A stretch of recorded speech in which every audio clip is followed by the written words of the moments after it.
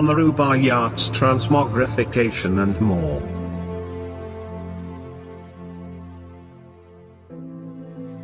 Poeticized and derived from the triumph of life, love, and being.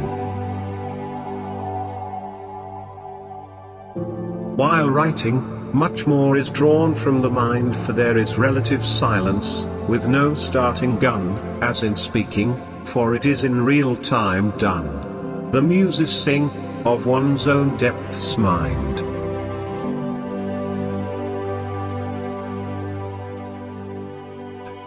I am Brother Peter, now in the scriptorium, where for the books I perform illumination.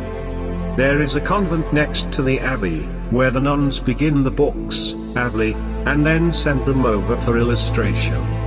I deal mostly with Sister Angelina, although we have never met in this arena. She sends me the books, that win over sins, with the instructions enclosed therein. We work tirelessly on these books of philosophy, which thus travel back and forth, freely, between the monastery and the nunnery. We often secretly read them for their content, and thereby learn of the universal extent. I am surprised when it first happens, for I find the note, right away, penned, it floats and falls out of the page, swings, as if it had been sent to me on wings.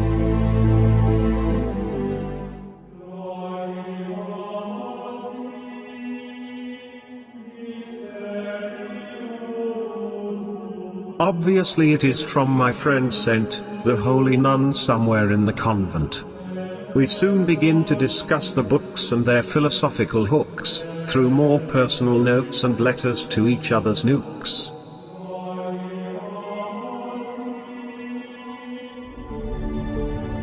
The rose has thorns to keep the beasts away, as such they preserve her fragrant bouquet. Her petals unfold, meeting the light of day, the queen of flowers melts our hearts away. Let's, much quicker, slip our notes under the door, putting them under the loose stone on the floor. As well, I've been reading the books to date, given here to copy and illuminate. I'm learning quickly, through my peepers, much is being withheld by our keepers. Her next note reveals, time flies like a bird. So right. The wings of time are black and white, for one is the day and one is the night. From a book of illuminated quatrains that I'm decorating with golden rain. If we combine a lot of lovely days, it makes for a whole life, in all its ways. Your vision of life's celebrative rhyme is one that's very similar to mine.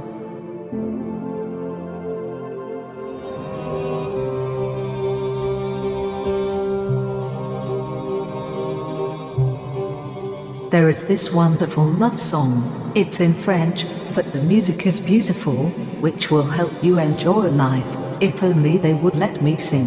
Thank you so much for your attention to me. I don't really know just what magic was free that prompted you to write those wonderful parts, but I feel an excitement all the way into my heart. I'll listen to my intuition in these everyday actions letters. I'm not going to question it. I'll just enjoy it. I would love to keep the friendship with you. I don't know about you, but I very rarely feel this sort of chemistry. We will make good friends, as one. Me as a saintly nun, can you as a holy nun. Now, that is funny.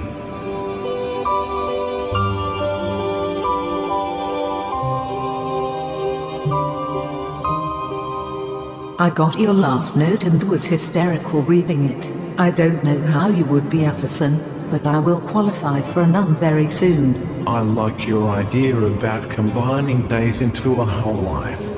Indeed, life can be had and found in every single act. Minutes, hours, days, they all flow and blend together into the moving whole. Nothing is really separately told. Please keep your philosophies coming. I love them. I will try to live them, becoming.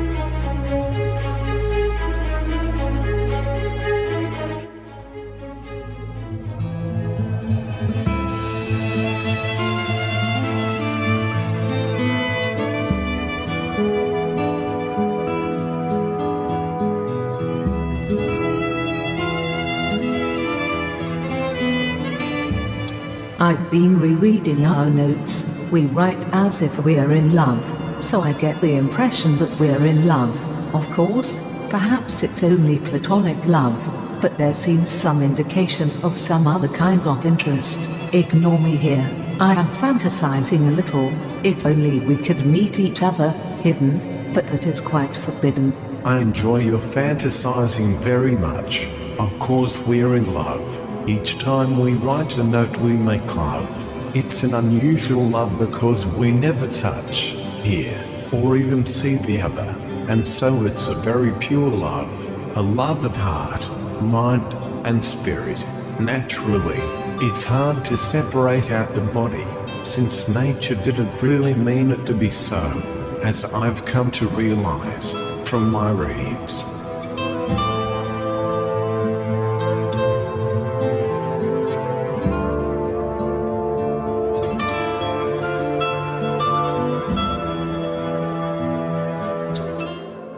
I was thinking, all through the night, afar, about how wonderful your love letters are. It makes me feel so fine to hear from you. My life is more enjoyable now, too. Come to me. Receive this note from my swelling tide. There is a key in the lock, on my side.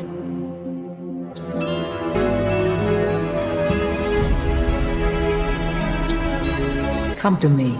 Lord, save us both from damnation. What am I to do? You already know.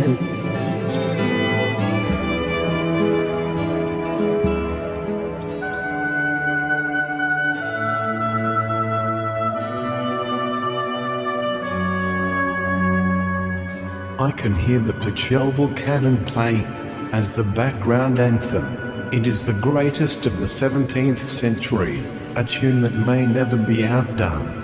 Verily, it flows and resonates in time with the sounds of spirit, mind, for I am feeling so peaceful all around, so much that I can hear the haunting sounds of my inner chorus playing. And now my favorite song of dance, love, emotion, adventure, and romance. Oh, God help me. Help thyself.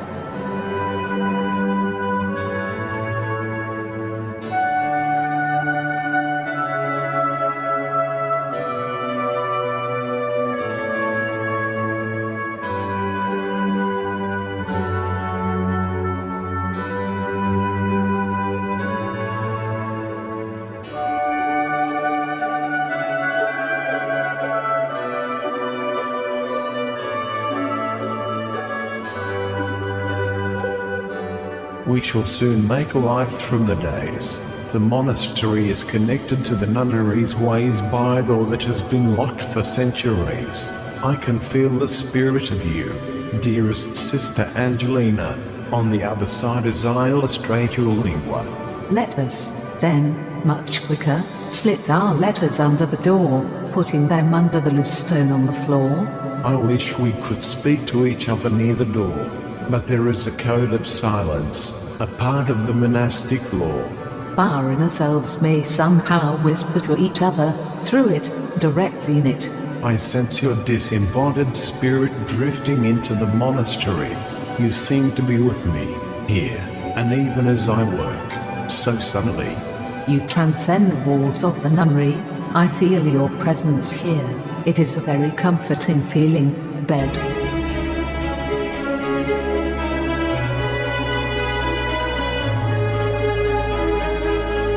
This evening, I lift my wine glass, in supper's ray, and look at it in more of a symbolic way, then remember what I learned in a book this day. I am the wine glass, its cheer. filled fairly full with my human nature. Who would punish me for using my given nature in a good and loving way, for being human? It's as if my glass is precariously tipped in time, yet I must somehow not ever spill the wine. Why restrain the very nature's gift that I have been born and blessed with? I think a while of all the rest, as daydreams begin to pierce the mess, the noise of consciousness. I still think somewhat like a monk, but I am progressing past all that bunk. I am searching, analyzing, feeling, racing fast, perhaps coming close to being truly human at last, finally reaching the only conclusion that is philosophically reachable. I am my own golden chalice to life's dripping blood. I will drink life's bountiful wine, the flood. Oh, what a wicked thought of love. Shall I repent my thought?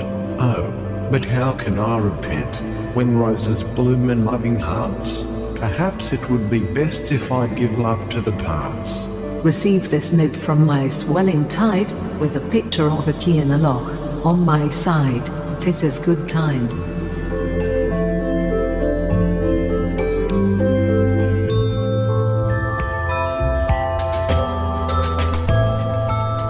So, I take my note as usual, and place it under the locked door.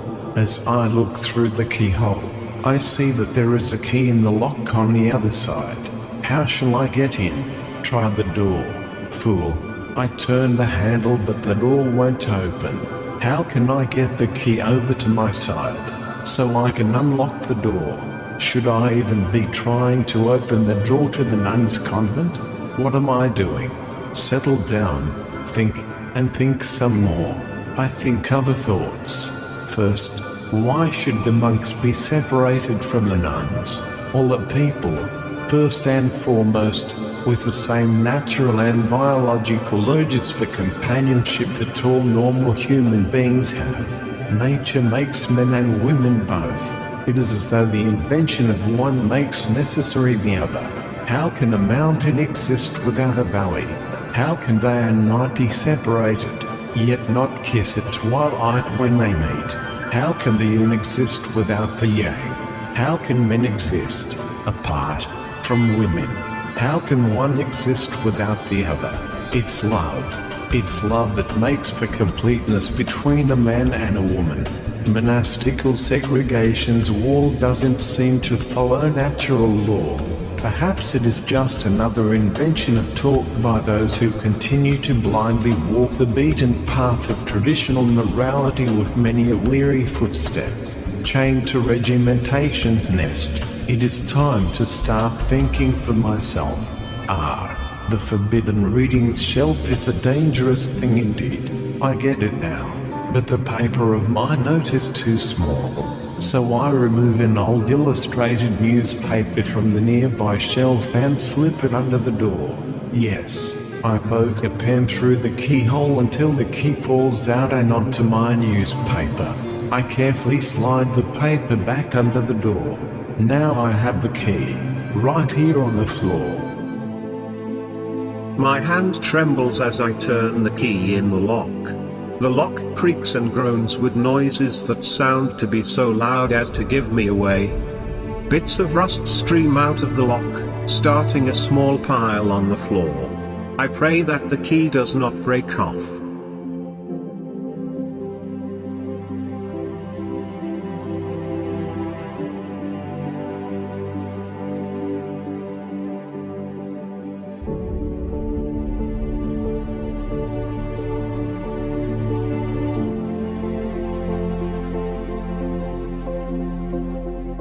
At last, the door opens, and I am into the nunnery. The scent in the air is similar to the perfume that she puts in her letters. She whispers, Brother Peter? "Yes, I am over here." It is so dark that we cannot see each other. It's a crypt, let us gently close and touch. I have your cloth, be still, to embrace and hold, invisible in the dark, a spiritual holding bold. We embrace, warmly.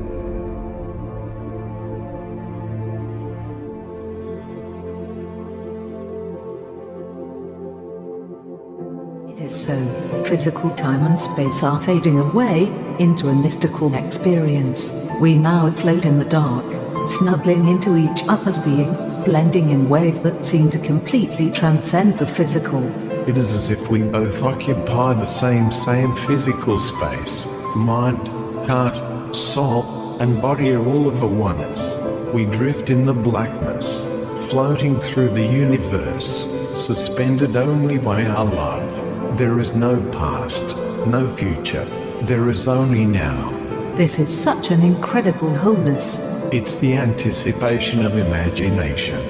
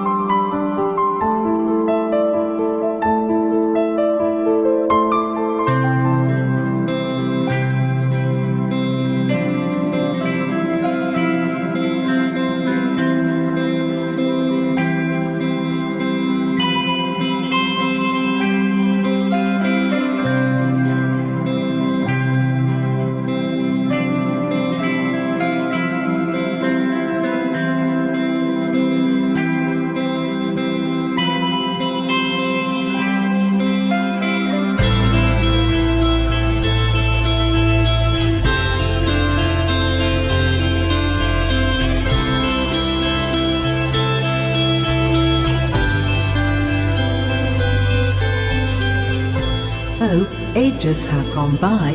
I must return or be missed. I'll walk with you back to the door.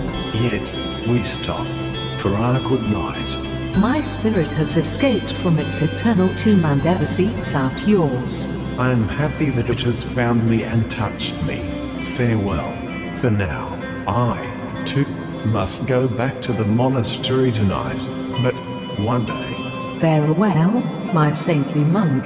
Please come to see me again. Good night, my holy nun. Please write me the time. Thus, I return through the door to the monastery, and smile to myself because I now know that love is reason enough for all that we do.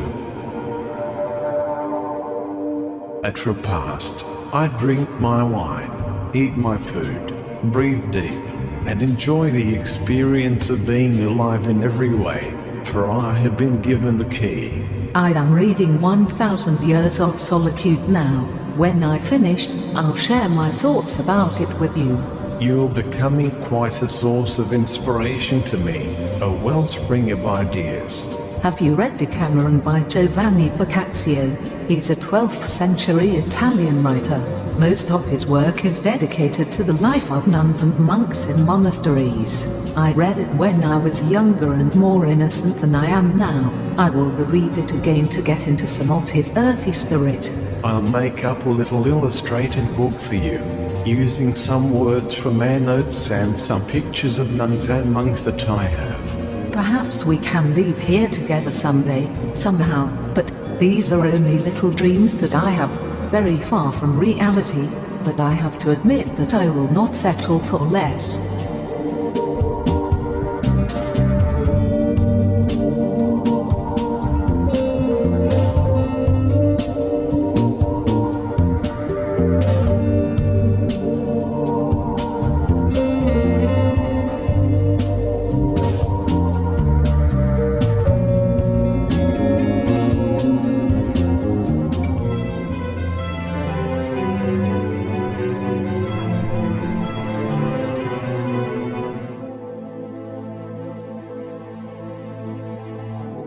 Whether where, twixt raw divine and ripe wine, which the lure enshrine, which the snare entwine, in taverns, incline, wise with love, than decline, as dumb, in a monastery confine.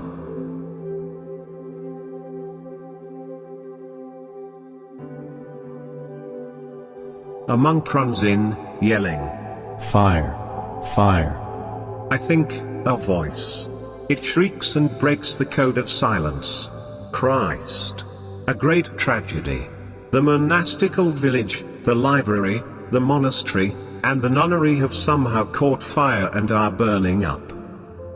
The monk relates, The fire started in the library when a candle fell onto some dry scrolls. Soon the entire library was engulfed in flames and was filled with terrible black smoke. The fire has since spread to the nunnery, and it's well on its way toward the monastery. Everyone is panicking, and soon here, too, running every which way in the black smoke. all but me. What? I am used to finding my way in the dark. Oh, never mind, get out. Drag those who have succumbed. You, too, it's getting black in here. Bye. Ah, the velvet darkness that I love, from all of the times that I have visited her. I sink to the floor, and crawl under the smoke. I head straight for her room, still in the dark.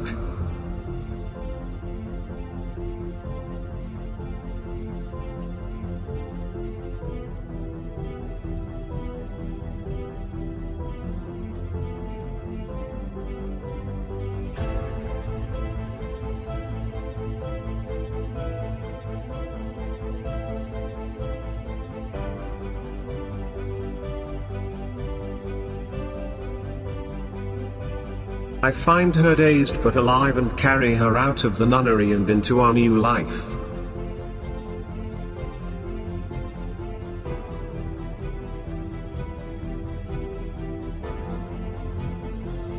I tell her, I managed to save one book from the library, my favorite, the one that I always like to work further on, the old book of quatrains. Good. Here we all stand, watching the monastic village being reduced to glowing embers.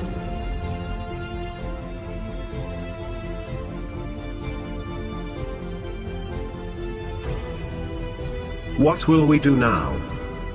Like a spark from the embers, we will rekindle ourselves from all that is remembered.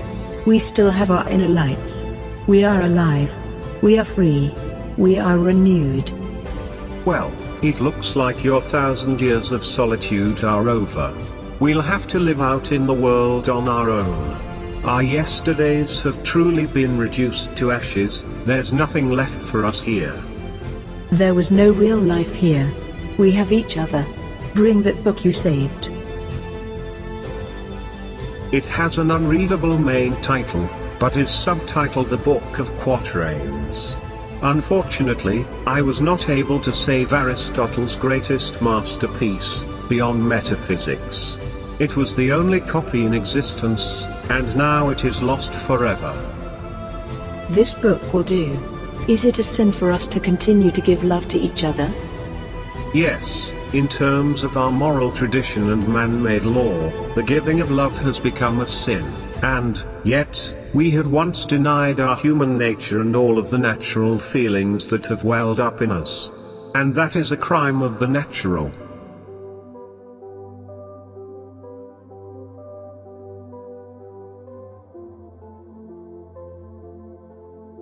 Throughout all of history there have been many sins written into the rule books, some of them quite laughable.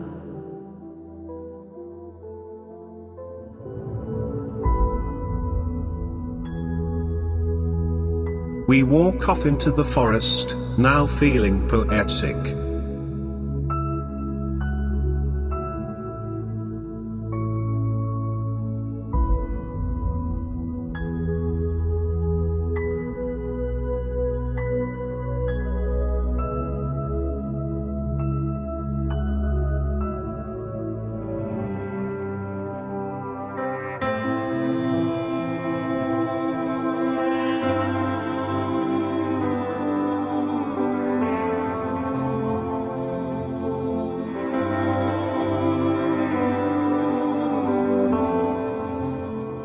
Let us walk on, through this fertile valley, yon, and on to the misty mountains, and beyond. We can get supplies along the way. For now, we have the book. I love this ancient book I took. Sound, while the monastical village burned to the ground. It's all that knows, and I carry but this single red rose. We're the fugue, 2 moons. Together we sing in a fugal voice, for we live in two-part harmonic choice. We're opposite twins in love, a canon of chime in which we in unison rejoice. Our fugal voices blend, part, join, and long weave in and out, the music sweeping strong, and onward, upward, inward, and outward, until being is left to the spirit's song. Like voices merged in the canon pachelbel, we speak as one, as the knell to the bell, you saying what I think and vice versa, in tune, in unison, yet parallel. Let's walk through this fertile valley, and yon, onto the misty mountains, and beyond. We are the fugue, two movements, so let us hum the pachelbel canon, through the dusk. Each singing one of the fugal voices, while living as two-part harmonies choices, as equal partners in life and love. We'll take our rest upon the heights above. We are, at once, free yet attached, though ranging, playful but serious, stable yet changing, thinkers and doers, game but not foolish, plus reasonable but passionate. This smile of love passes between our lips, and even though we are now quite homeless, our lives become a celebration blessed, so let's happily walk on through the mist of the valley by the light of the moon. Ah, false dawn has come and gone all too soon, yet morning twilight will glow in the east. A lonely nightingale sings in the breach, but it just as quickly flies away, lo, whither and whence it goes, we cannot know.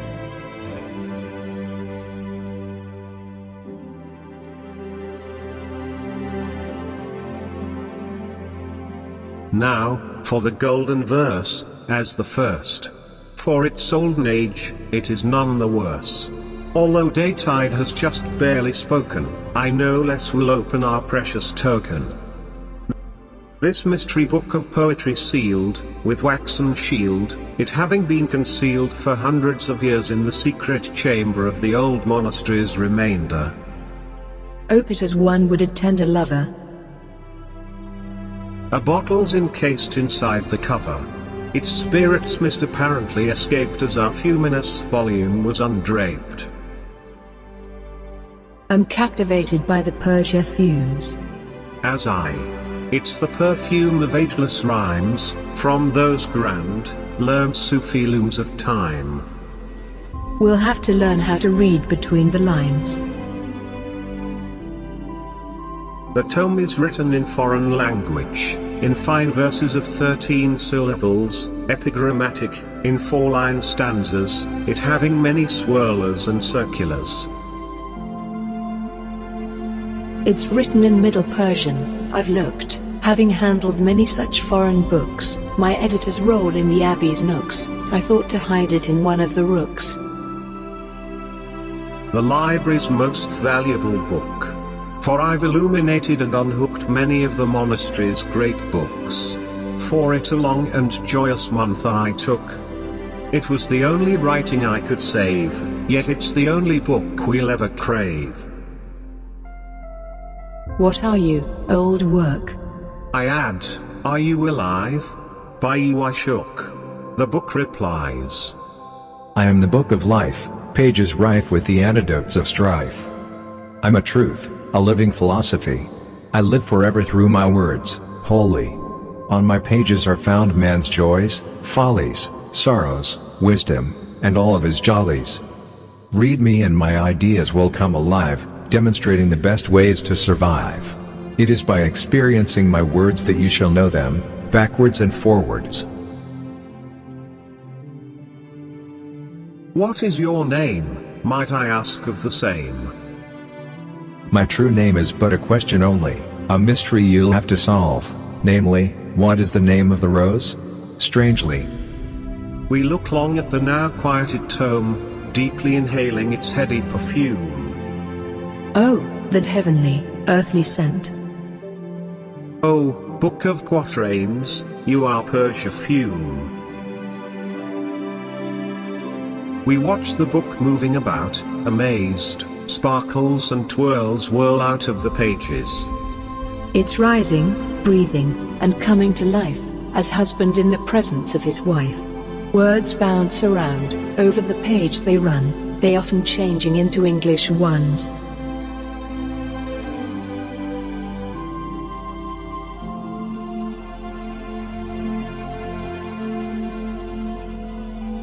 Even whole verses are now roundly dancing, of the Arabic worlds, dervishes whirling.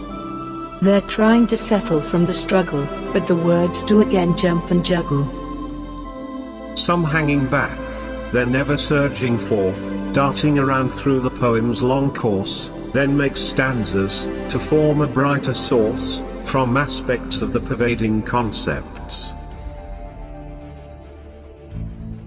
'Tis as if this transmogrification is trying to preserve all relation of the original schema throughout, the whole translation process devout. Including little means, rhythm, rhyme, melody, syllable, meter, and time, but this doesn't seem to be workative, and so it follows that something must give. And this might well sadly be the ration that is usually lost in translation. See. Out of that desperation, uncaged, the verses are jumping right off the page, splashing into the bottle of perfume, wherein they are redistilling, subsumed. Now they're leaping back out, onto the page, recomposing themselves, for this time, our age. Whereupon they're condensing, restaging, into Victorian verse, overpaging, original concepts forming new quatrains in which Omar's meaning's essence remains. The lines are now 10 English syllables, rather than the Arabic 13 quills, yet holding even more related meanings, heretofore unnoted, yet the verses are still in groups of 4 lines per stanza, and the correct lines still rhyme, per lingua, although some of the ending quatrain schemes don't seem to have quite the same rhyming means. Yes, only the unneeded has been lost, a charm has been added, the good not tossed, it is something somehow much better told, yet err within the spirit of the old.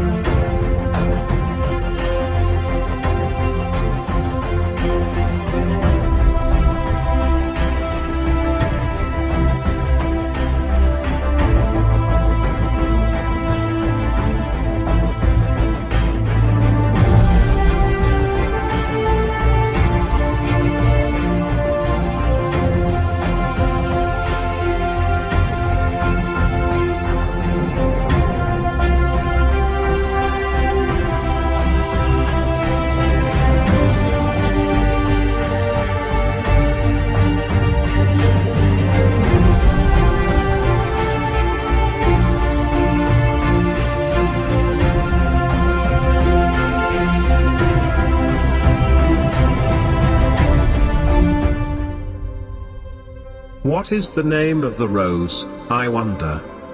I too was to say upon that ponder. On that we've been as silent as a cloud. Yes, until we each just spoke it aloud. I've no answer from the depths and ploughed.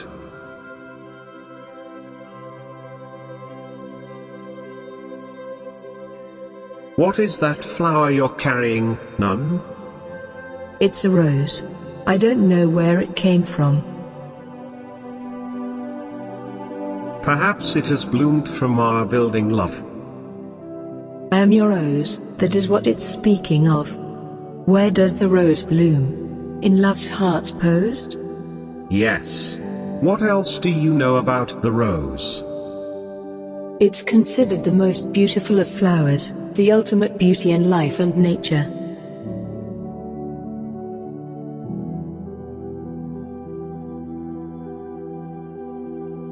I love this ancient volume I took, sound, while the monastery burned to the ground. It's all that knows. I carry this red rose, the ultimate symbol of love that grows. I feel it. Some refreshment is anticipated. I now reach up to this rose bush, unsated, to bend down the olden branch of Moses. Here, let us drink the dew from the roses. Inhale the fragrant rush, what is and was. It's the most beautiful of what nature does. It could be that a rose smells just as sweet, as Shakespeare said, by another name or tweet. Perhaps the rose's name doesn't much matter. Maybe not, but we've our reading matter. What if a rose is a rose is a rose? That answer is much too easy to pose.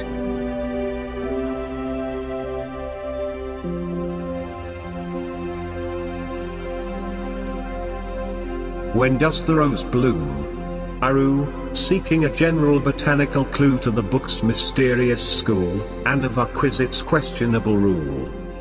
The rose blossoms on the summer solstice, arising thus from the only given kiss to arriving summer, from vanishing spring, the kiss of which she must die from giving. She continues and then sings, I, a rose.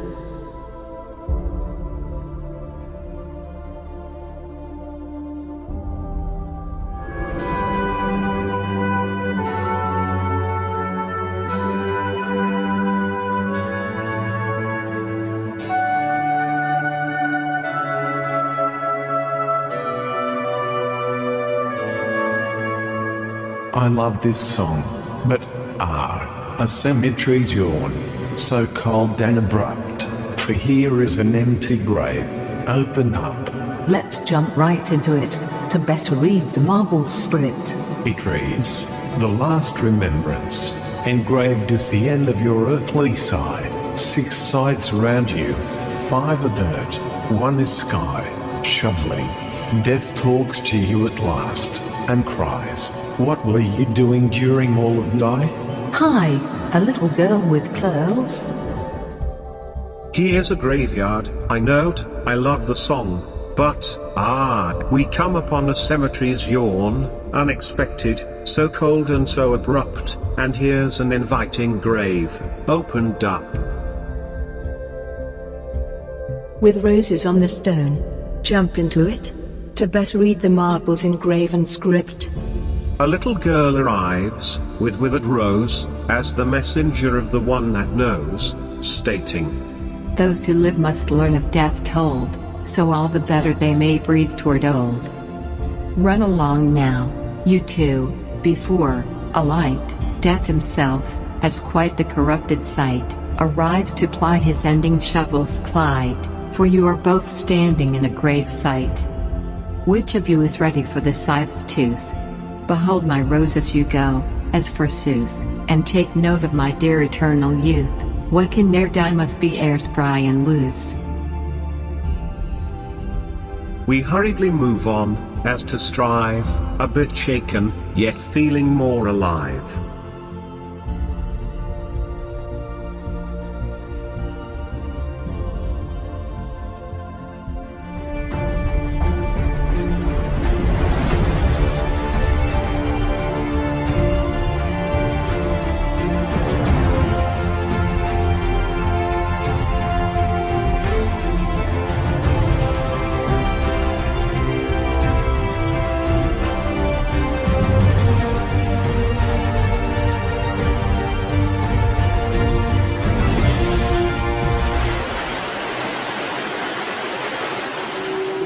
Oftentimes, back in the monastery bred, when the wine in my glass was as red as the blood of Christ that he bled, I longed for the clear water fed from the wayside stream instead. Let's stop at a cliff high along the riverside, and push some leaves around and aside to make a cushion on which we can ride.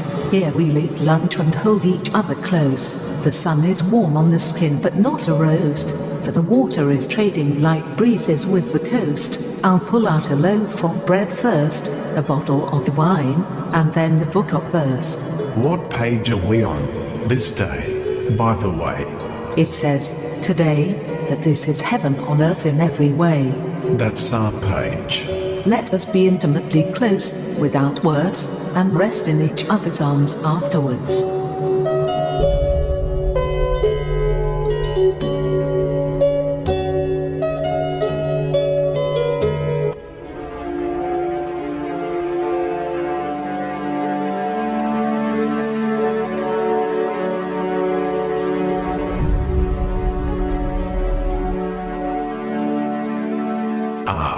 The fainting embers of yesterday. Off in the distance I see one last wisp of smoke upon the horizon. That's all that's left of the monastical village. All things arise, and then all things go where they went, for life is transitory, volatile, and impermanent. Flow and change are basic features of life. In fact, they are life.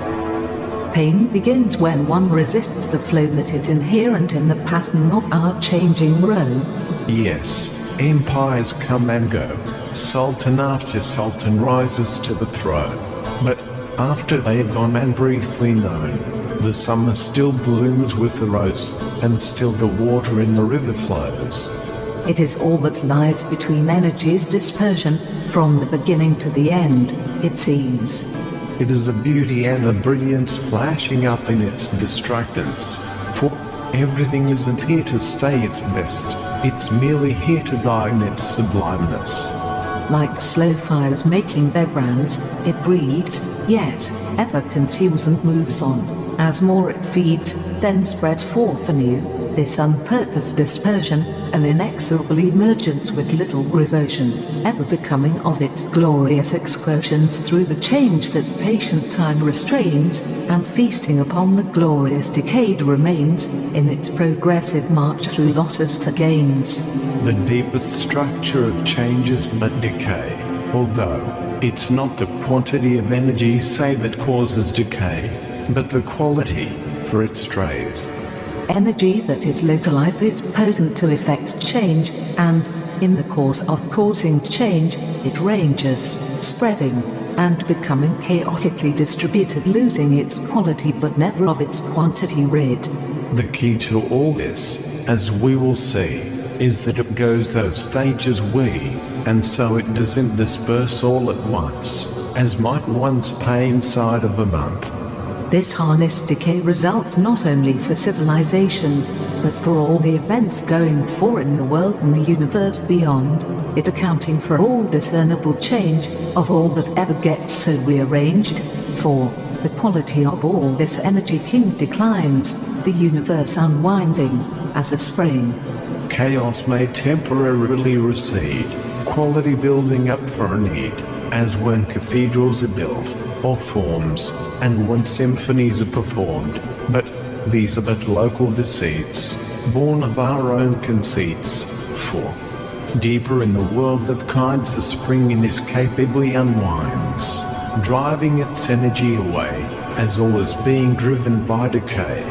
The quality of energy meant is of its dispersal's extent. When it is totally precipitate, it destroys, but when its gate is geared through chains of events, it can produce civilization's tenants. Ultimately, energy, naturally, spontaneously, and chaotically disperses, causing change, irreversibly.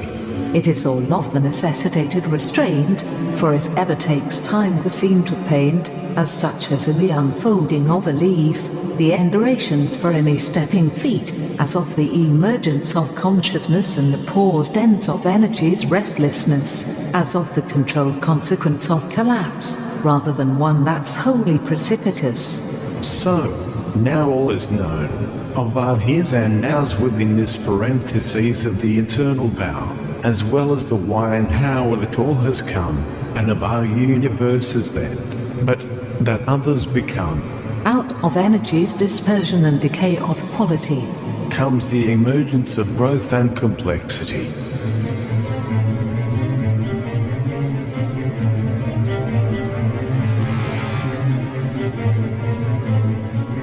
Energy goes through its paces, and so it was that I dreamt a lot during the winter moon, when I was wrapped, thought-bound, in a cocoon. Me too. My imagination and memory looking.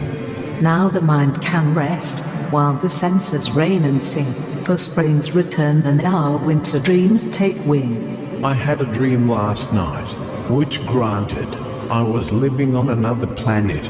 I was out walking at night with a child. Night, examining the lights of the night sky, explaining the names of the stars, when, suddenly, the earth blew up, quite afar. Oh, it thoroughly exploded, in blazes solar, or perhaps even nuclear. The child then said to me, "Clear. Look, oh, look, Monday pair, look at the pretty shooting star." Such is the relative importance and worth of the earth in the scheme of those which burst. How insightful we are becoming trained, since reading this book of quatrains. As the water of life, we flow thoughtfully onward along the trail, ironically now coming out into an arid region's tail, ever hoping to find a fine village someday, one that we might call home and away. But, for now, we have come upon a sphinx that is weathered and worn, yet it thinks, crouching next to an oasis where camels drink. My name is Aquavita, now retired. I am all that remains of the once great empire. Look around and see that nothing is left in place. Read what is engraved on my nameplate. It reads, Time on its stream brings all sweet things to us. Time is the drink that quenches human thirst, water of life. We drink time, it drinks us. Time on its stream bears all sweet things from us. Look at the imprints in the rocks. These are fossils that, too, can be read by having studied the natural science as rock bed, when secretly perusing the library's forbidden books, while illustrating them in my sanctorium book. The fossils are hundreds of millions of years old. That sounds like a long time you've told. Long enough for death to have chosen the life path of many a species, some frozen. And here we stand, for, on the shoulders of all who have come before, we are the present smile of eternity, brought from eons of hardships for eternity. We are alive. It's all ours. No retreat. Nature has made it so. It's quite a treat. I won't waste it, as mild for how I could ever live, so wild, by any other style but to smile. So now we can move on, happy with reveling smiles, here, in the present moment, atop the miraculous pile of those who came before, thankful for all their wiles. We're here, it is now, all is sent, there is no time like the present. Ah, the magic books opens. And there's no present like the time spent. Revise your calendars. Invest in today's conversion, for the future contains a severe interest penalties reversion, when the certainty of the moment is held mortgage for the imagined deeds of futurity's way. The calendar contains only today. The days are no longer numbered the old way. Strike off dead yesterday and unborn tomorrow's sun. Now is the time of your present comprehension. Now is when you have reality's attention. All else is not here, and is just a mention. The past exists only in your memoration, the future only in your imagination. All creation takes place in the present station. The book is now silent. It has finished its enlightenment. What then is tomorrow? Look to the eastern horizon. See, it has budded in glow on. Tomorrow is just a faint gleam from afar. But what is yesterday's path? I see the smoke from today's westerly. Yesterday is but a cold dash of thee. Here's a wide log. Let us sit on it to rest a while, humming the pachelbel canon, mild, adding words to it from the poem that we know, thereby creating a song, music through and through. It goes something like, then, where and when will we touch again? Why do people take to songs so heartily? Because songs can touch one's spirit truly, so very deeply and thoroughly. But how, why? There are wordless rhythms in what we call the soul.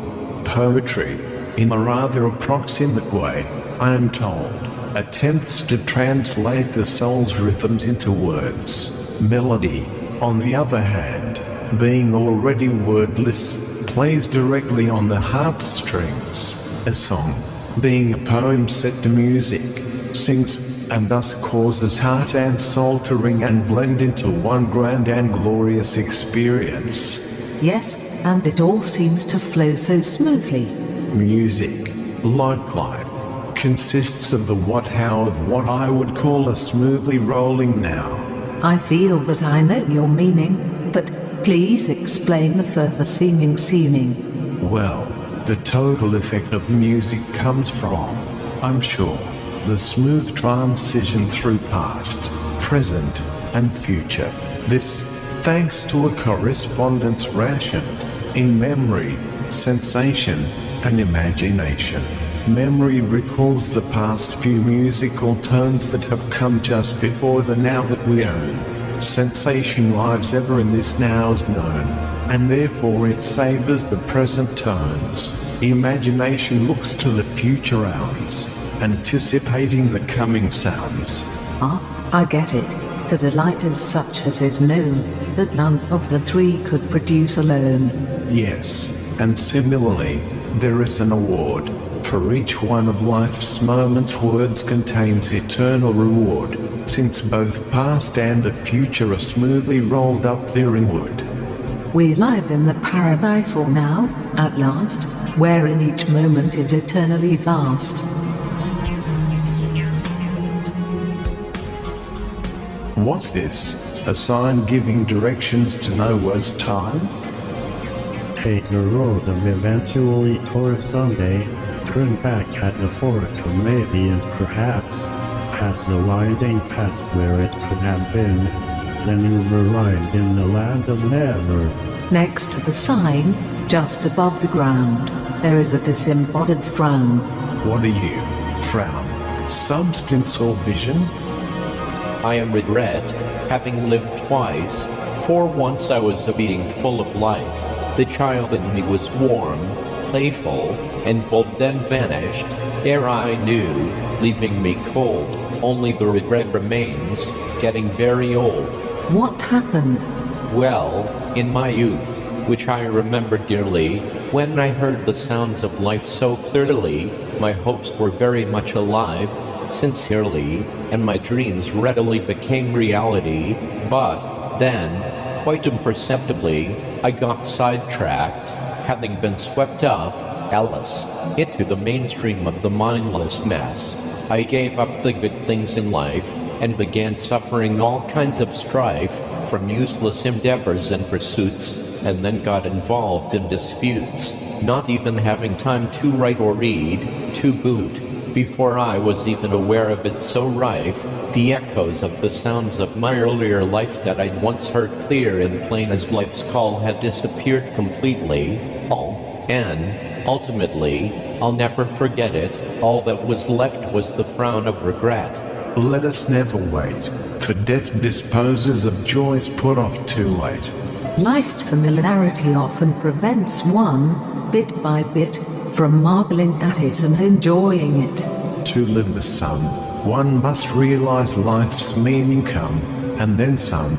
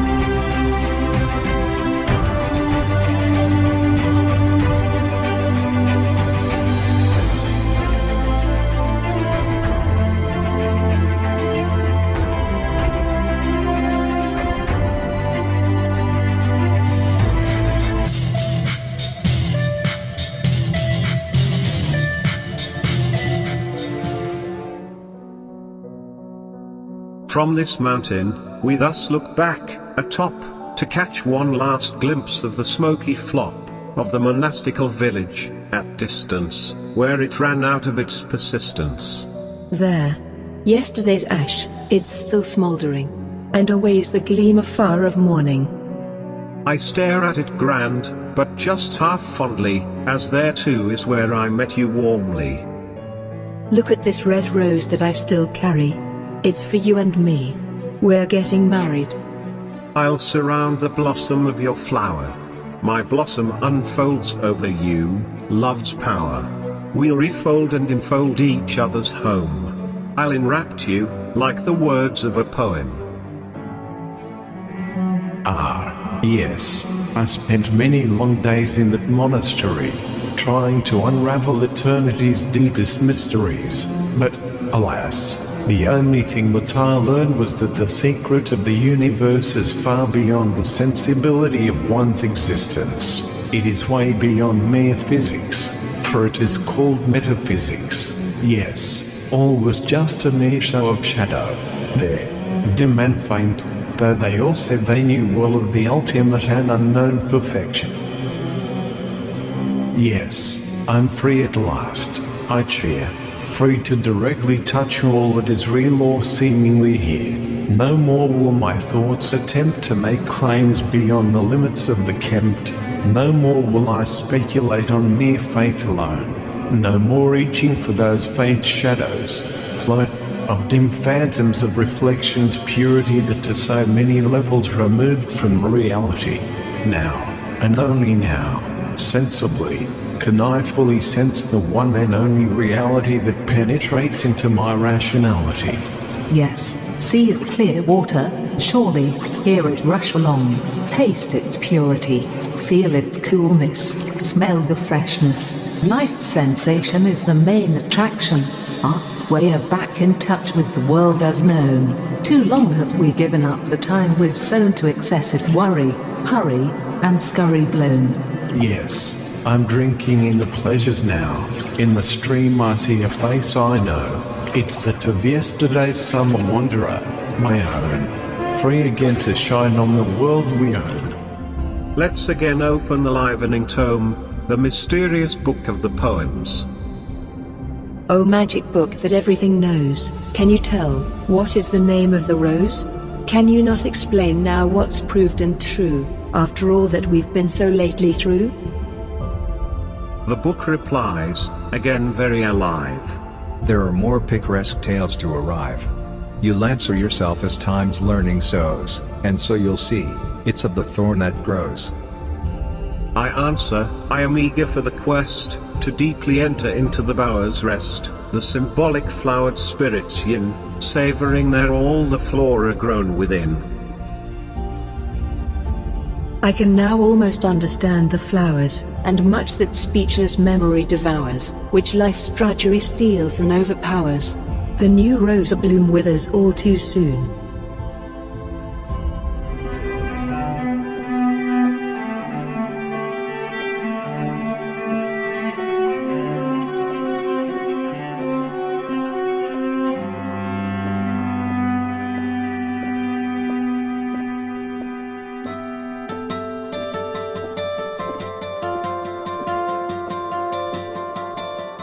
Another spectral vision appears before our sun, a brightness that shines much like the sun.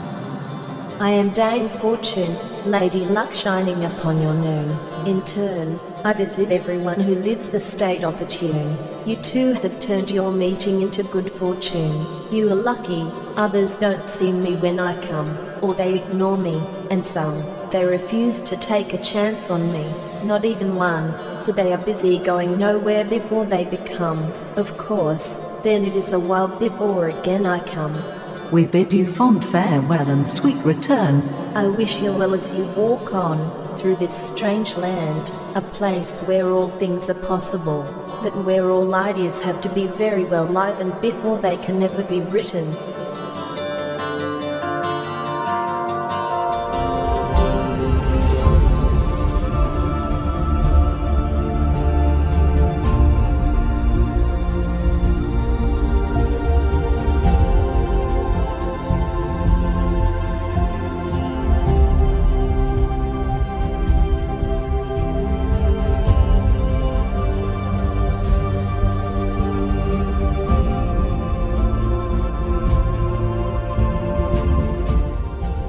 Upon that hill, I see a lady, past, sleeping in the middle of the faint path, so let us stop to look at what she hath, and to you, my partner, I say it free.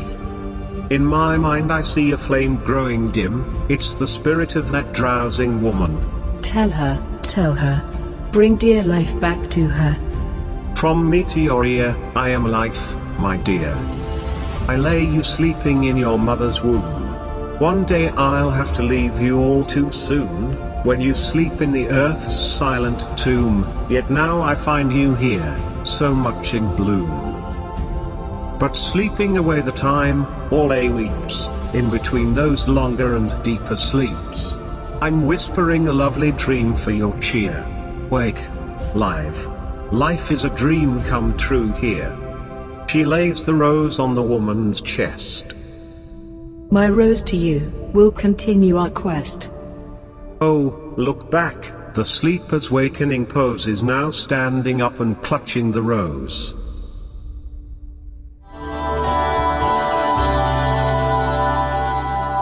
Upon that hill, I see a lady, ill, sleeping in the middle of the path, so let us stop to look at what she hath, and to you, my rosy partner, I say it free, that in my mind I see a flame that's growing dim, it's the depressed spirit of that drowsing woman. Tell her, she said, tell her, bring life to her. From me to your ear, I am life, my dear, I lay you sleeping in your mother's womb, and one day I'll have to leave you all too soon, when you sleep in the earth's silent tomb, yet now I find you, newly abloom, but sleeping away the time, all they weep.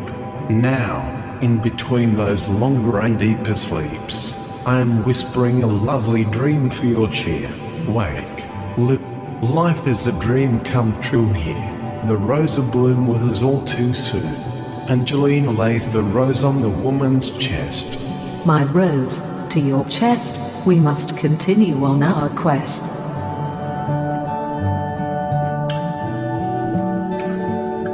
Oh, look back, the sleeper's pose is now sitting up and clutching the rose. Her flame is growing, out of the size, for now she's looking on the bright side. The woman probably now gleans that she had a vivid dream, a phantasmic reality scene. I always listen to my daydreams.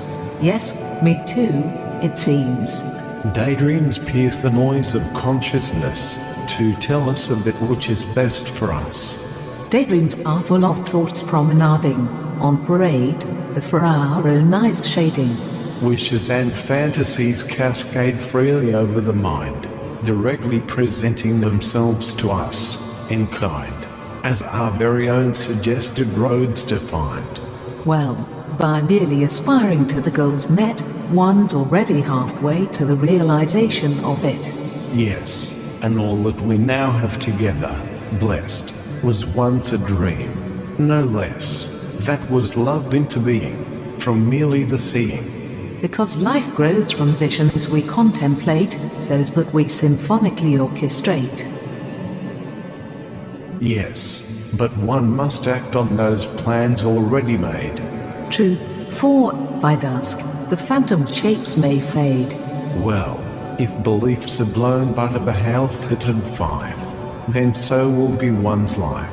Let our dreams, wishes, in the main, become one and the same.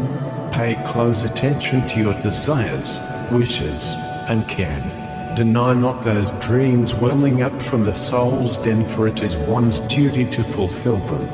It guarantees happiness, really, for then you know exactly what you require to be happy. Come along, oh, I beam, sweet dream. We're awakening, musing in a world of our own making.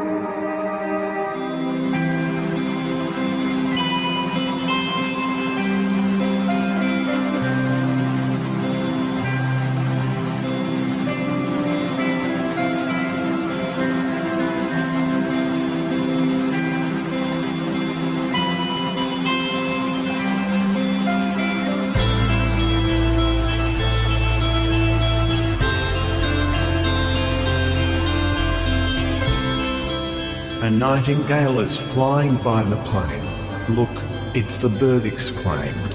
And someone is chasing it, in vain. The winged creature just passed was carrying an hourglass.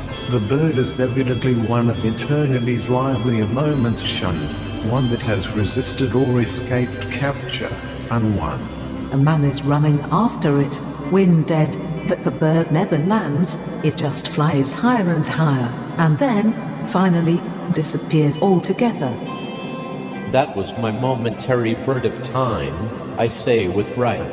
'Twas one of eternity's moments as within my grasp. I had indeed seized it, however, I then lapsed, for I then decided to wait to view it at some later date, but, in that meanwhile, it flew away. The bird steals my time of day, now I am running after the moment and trying to recapture it, this instant, but the bird never lands, I'm spent. Time flies, it's gone to Never Never Land, an eraser. The moment is lost, and known, the bird is flown.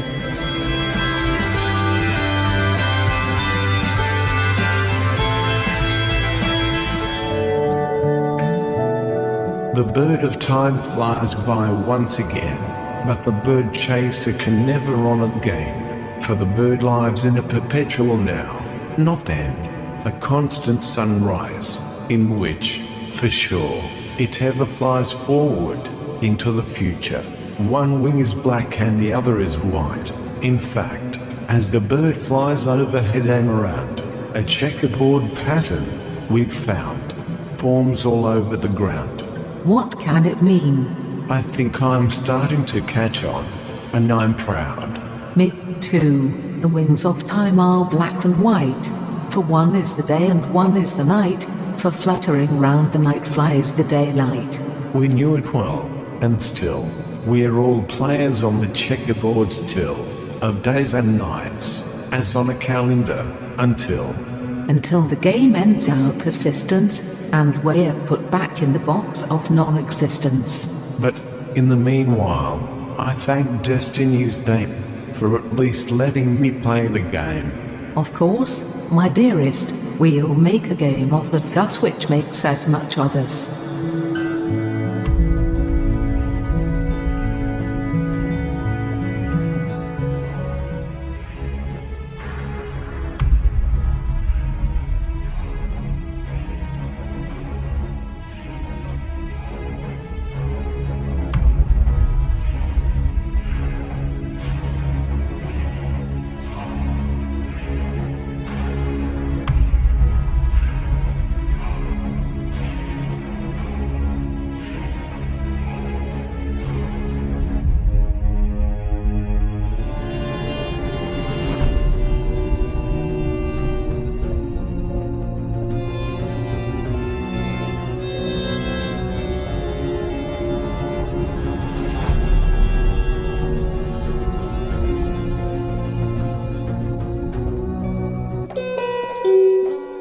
Where are you going so fast? Quick man, to run. You're running down the trail, at a withering pace, and then trip and fail, ever trying to look afar. I want to see what's up the road, down there. Down where, we're together, like the two fugal voices of the famous musical canon's choices. Way down there, for the next trail blazes there. I see but the misty trails of haze in the distance as they all blend into a maze. There's a new road out there somewhere, I've got to hurry up and get there. I'm in a dither and I must go hither, thither, and whither. And when you get there, too, then what will you do? Why, I guess I'll hurry up yonder, so I can get down the road even further. Why don't you stop and smell the roses brew? This rapid pace is withering you. The inspiring revelation now hits the quick-walking guy, like a thunderbolt from the sky, so he sits down, no longer in a rushing mood, to cry. I am a fool's errand thrown. All around me is the beauty sown, that this moment calls her very own, and I've been looking up past the known. I couldn't see the forest for the trees. What sense does it make just to live a life that has no time to please, to nest? Serenity will never find me, lest I slow down, to smell, hear, feel, see, touch, bless, and as such savor life's loving caress. We leave you with your sense. You having just said in your long slowed down sentence all that we would have said and meant, and so we'll walk the morning away, marveling at its beauteous sway.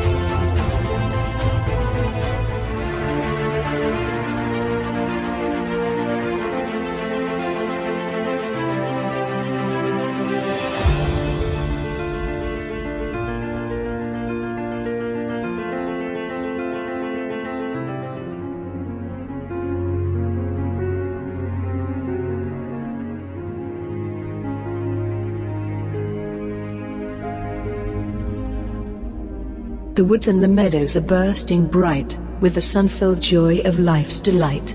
Is beauty's pose the name of the rose? Could be. Flowers start from the ground there grows.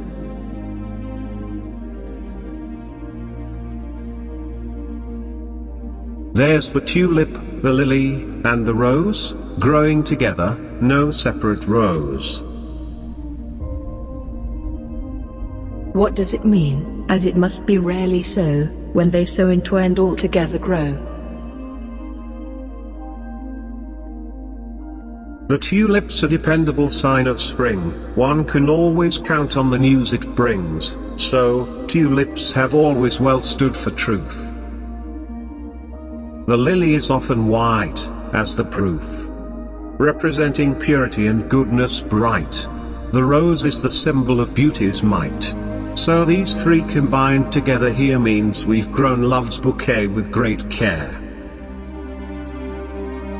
Truth, goodness, beauty, of their braided length, makes for lasting love, giving it its strength. So, life's storms can never scatter them bare.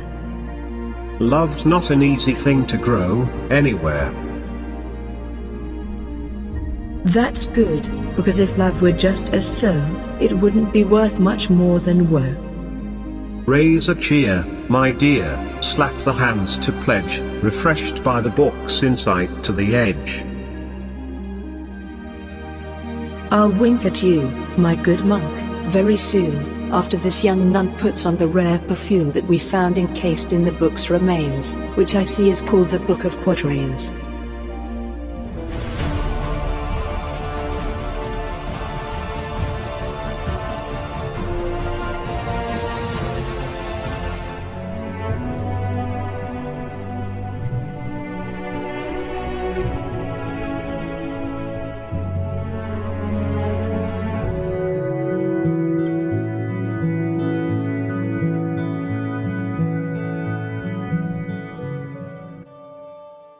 In the midst of this scenic meadow, I am surprised to see, oh, what looks like a large and living pen walking by, and so. What are you, Pen? I'm the artist stylist. I am finally freed from the pen. How so? I will no longer illustrate the written word. From now on I will draw whatever is seen and heard. Then writers and poets can re-describe my sketches with their wondrous words and jive. I get it. The proof of writing is in the living of it, especially one's philosophical advice, as writ, live it, feel it, and then write it.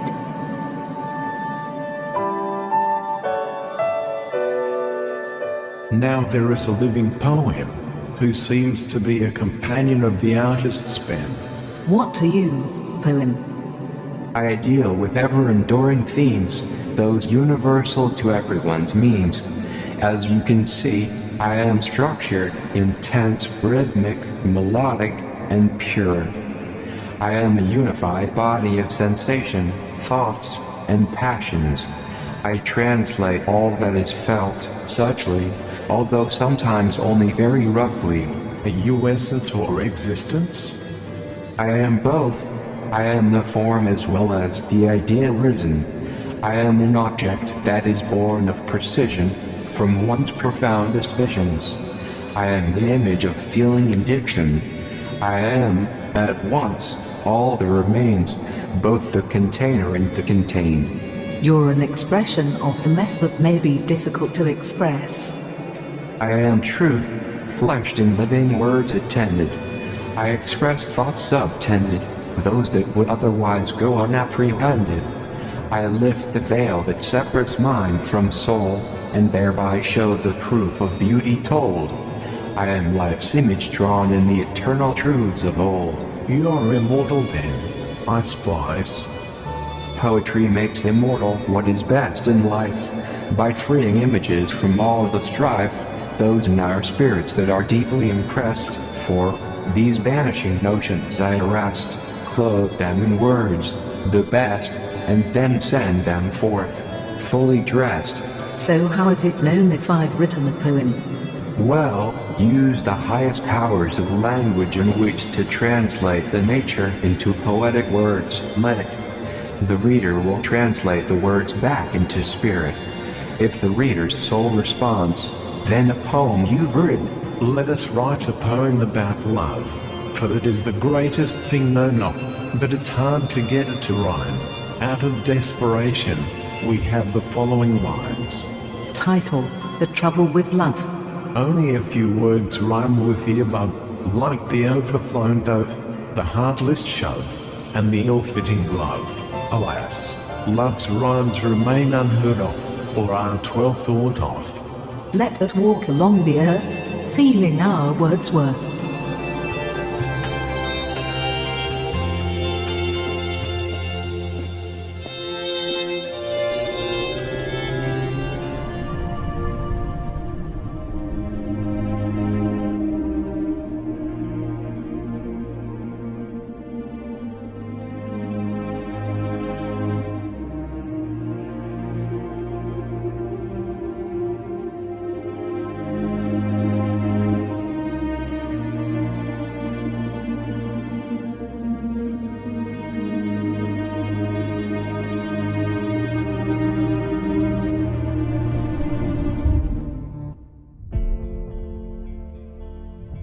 The scent's name is printed on the bottle and is called Omar's Enchantment, that's all.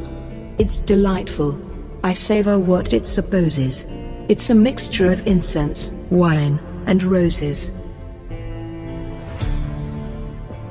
It's some sort of an elixir of time. It well composes, potent and sublime.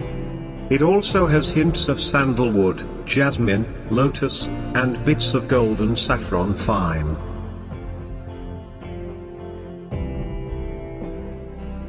It says on the label that fumes therein have escaped from an interment within, that it shall take the passer-by unaware. Oh, I'm already affected by it. Lay here. It's free, there are ripe apples on the trees. And there's clear water amidst the stream's reeds. Sultan after sultan rises to the throne, but after they're gone and so briefly known, the summer still blooms with a lovely rose, and still the water in the river flows.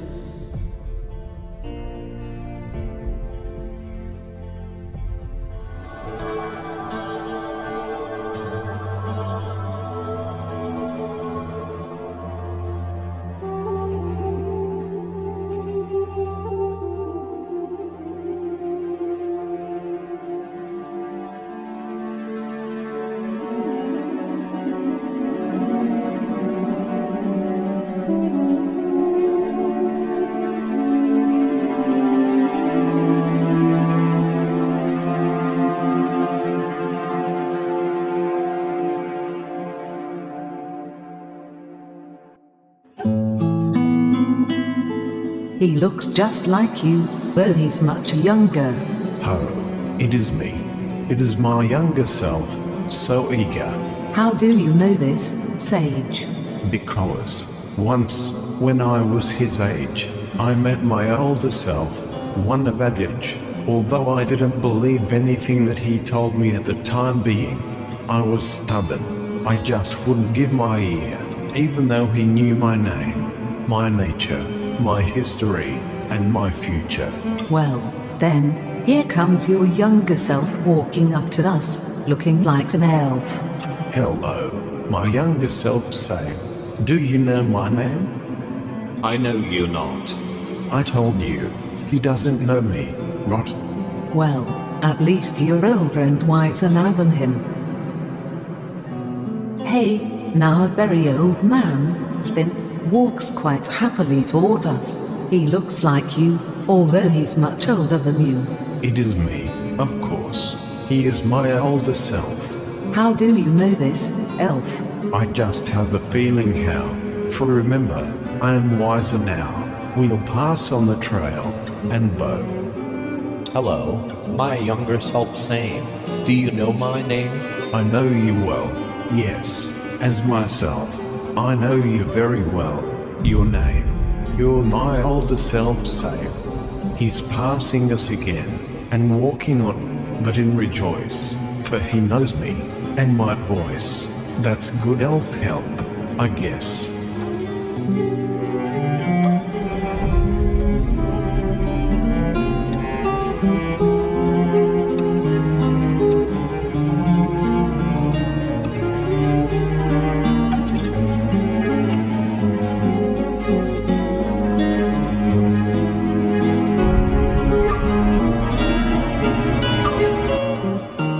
Our now famous bird of time again flies overhead, in a straight line. There's that same man of yore who had been chasing it before, but now he is just sitting on the floor. I've been thinking faster. Should I live today, no lull, or should I mull, perhaps until tomorrow's well is full? Maybe I'll sit here and ponder and say, although, perhaps, I might live today. And so I whisper and wink, even today is too late, even to sit and think, for the wise just lived yesterday to the brink.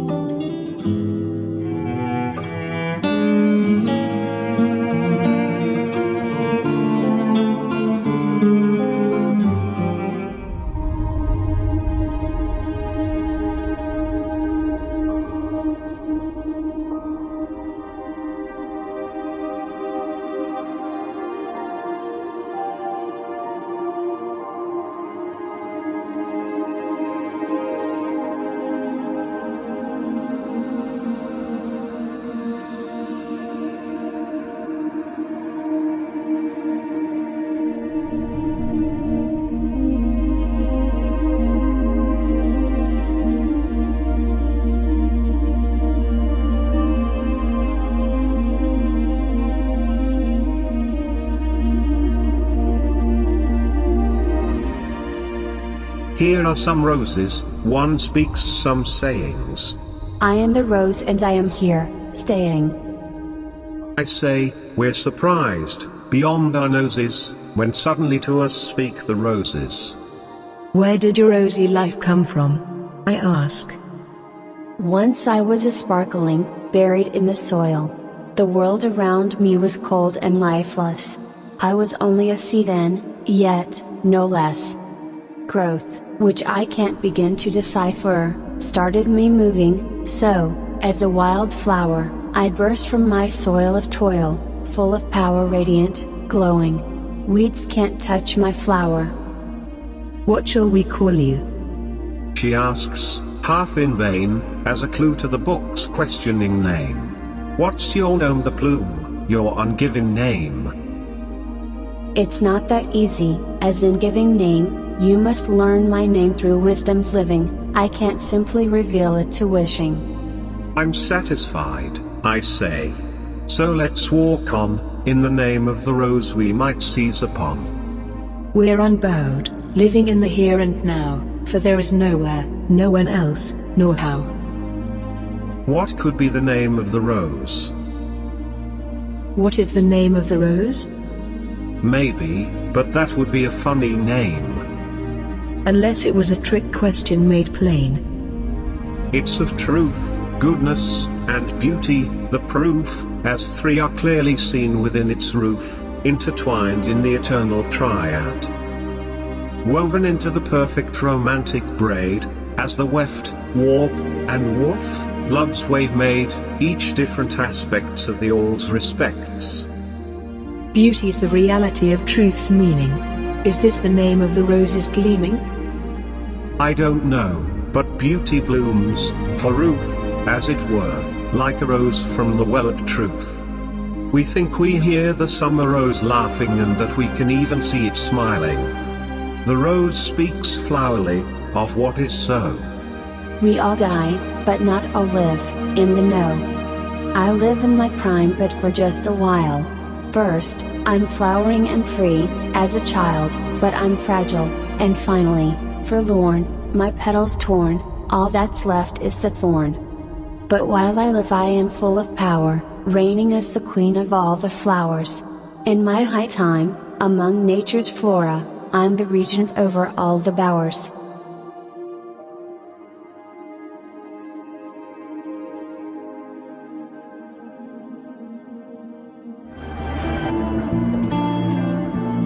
Here are some roses, one speaks. I am the rose and I am here, staying. We are surprised, beyond our noses, whence be the roses. So, Rose, you've just arrived? Yes, it is now and I am here. Where did your son come from? Once I was buried in the soil. It was my darkest hour, burning my oil, for the world around me was cold and lifeless. I was only a seed man, no less. Then, some spirit, which I can't begin to decipher, started me to bud. So, as a wildflower, I burst from the soil of toil, becoming radiant, alive, and so full of power. As you now see me, I prosper. Even the weeds cannot touch my flower. What shall we call you? I ask, perhaps in vain, hoping for a clue to the book's questionable name. What's your nom de plume, your name? It's not that easy, the giving. You must learn my name through living. I cannot just simply reveal it to your wishing.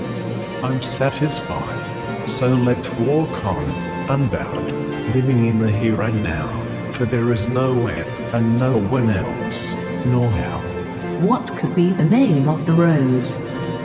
What could be the name of the rose? What is the name of the rose? Maybe, but that would be quite a funny name. Unless it was some sort of a trick question plain.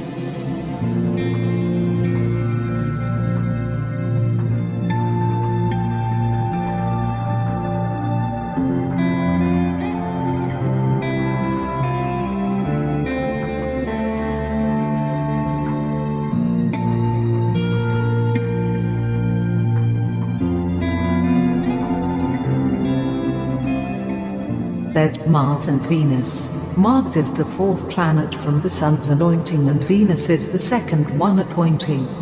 What a pair they are, for Mars represents war and Venus represents love. And here we are on the Earth, the third planet more, situated between those opposites of love and war. Here on Earth we live in a perfect state of balance, although it is a state that's rather delicate. We're a blend of war and peace, passion and reason's lease, sobriety and drunkenness, adventurousness and foolishness, violence and forgiveness. That is our life, no less. Oh, it's such a tenuous state of awareness. We must walk the tightrope, the test, balancing there, nevertheless, between the foolish and the reckless. It's the point between up and down, the point between day and sundown, as that of half light dusk or dawn.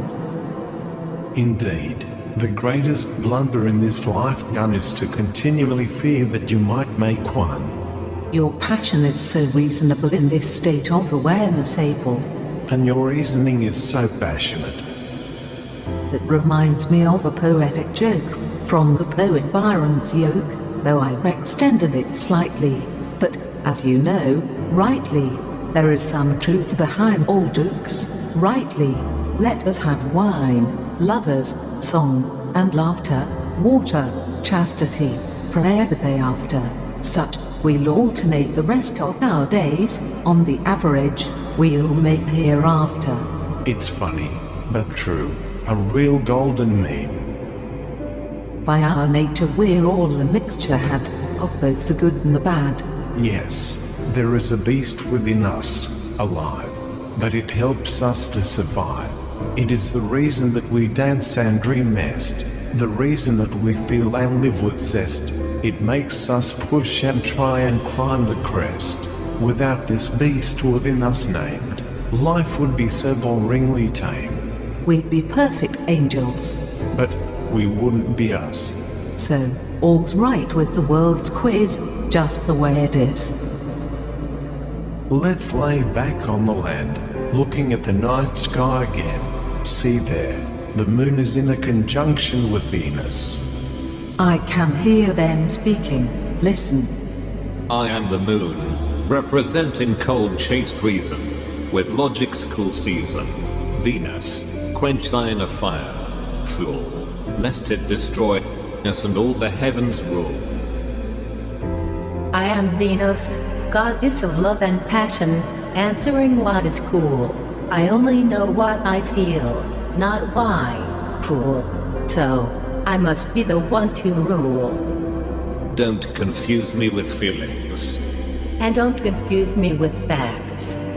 I guess we can't always understand each other's laws. I finally admit, after a long pause, having reasoned it out, the cause. You have feelings I could never understand as real. I have reasons you could never feel. Let us try our best to temper each other's flair and flare, and then let's take it from there. Otherwise, some of your decisions would be heartless, nonetheless. And sometimes your actions will be illogical, answered the moonlit prodigal. But I'll still do what I feel is right, and sometimes you can't tell me why.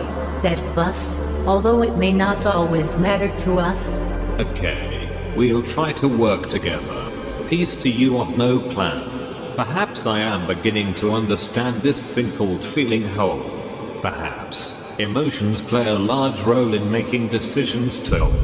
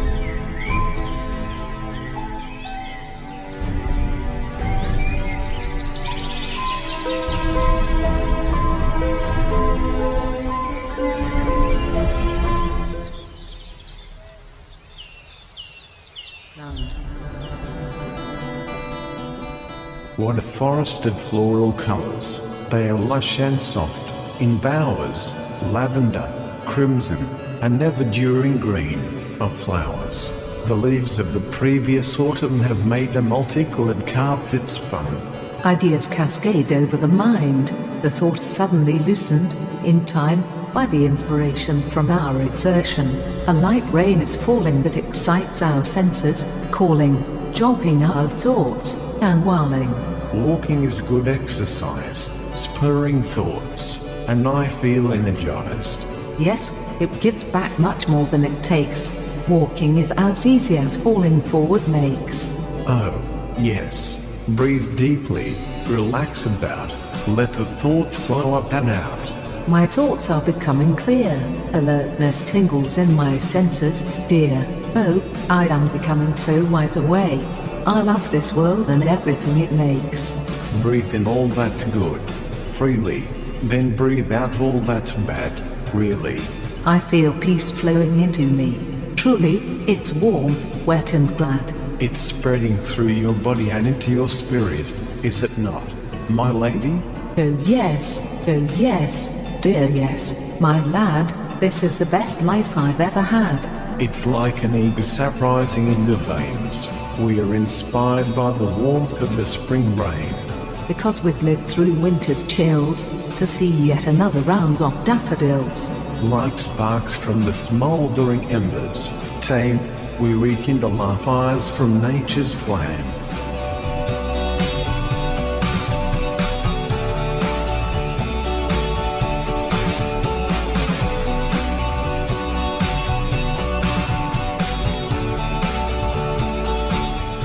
Could it be that a rose is a rose is a rose?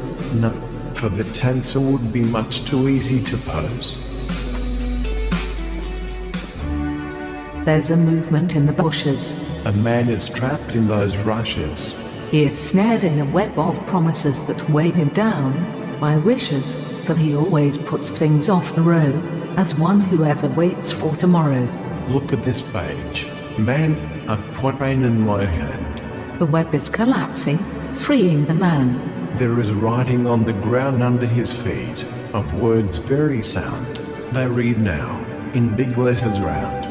The revelation hit him like an hourglass, one made of the heaviest welded brass. As a relief of realization washes over him fast, he is muttering to himself.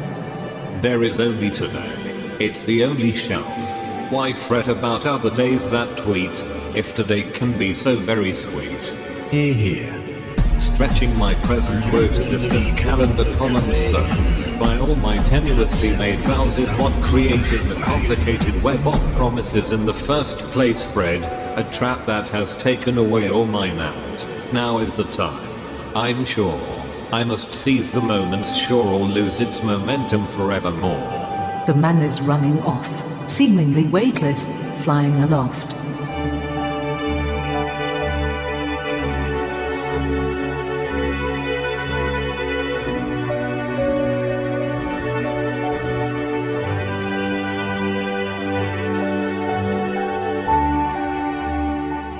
The Hianchi, as the harmonic subjects of this new story, must yet wander ever onward, past the path of worry.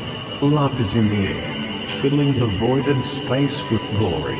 Never wait, it ever equals the brown. The only real time under our feet is now. These lovely moments right, giving me the time of my life. I say for each one, it's straight, and then comes another. Just as sweet.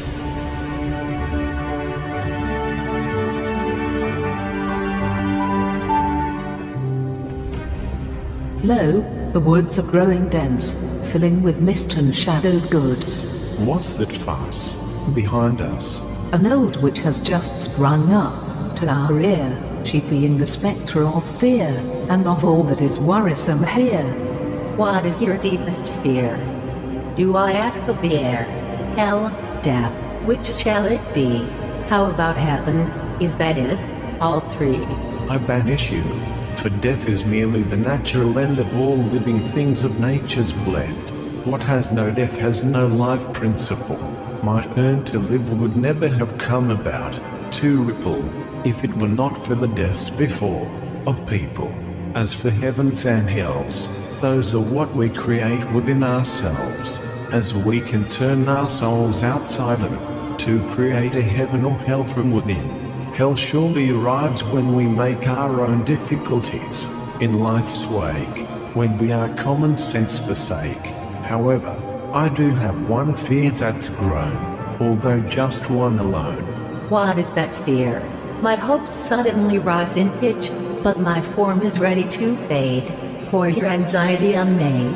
I'll answer for him, as his partner, for I am his opposite twin and can think his thoughts. His one and only fear besought is that of not living well, as ought.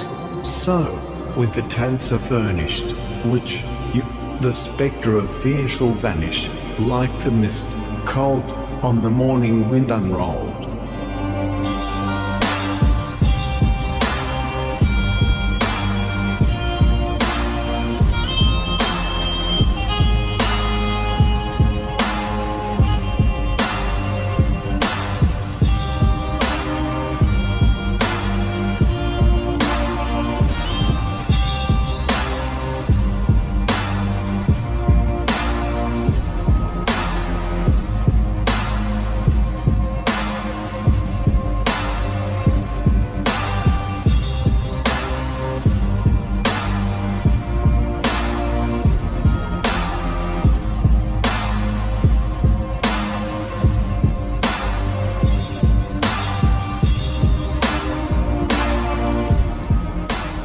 Our fugal voices can now resume to hum the two-part Pachel Buchanan's words, its soulful music sweeping us onward, upward, inward, and outward, as our voices blend and part, weaving in and out, once they start. When does the rose bloom? Aru, seeking some general botanical clue to the book's mysterious and questionable rule. The rose blossoms on the summer's solstice even, arising from the only kiss that's ever given to the arriving summer, from the vanishing spring, the kiss of which spring dies in giving, as they sing, a rose.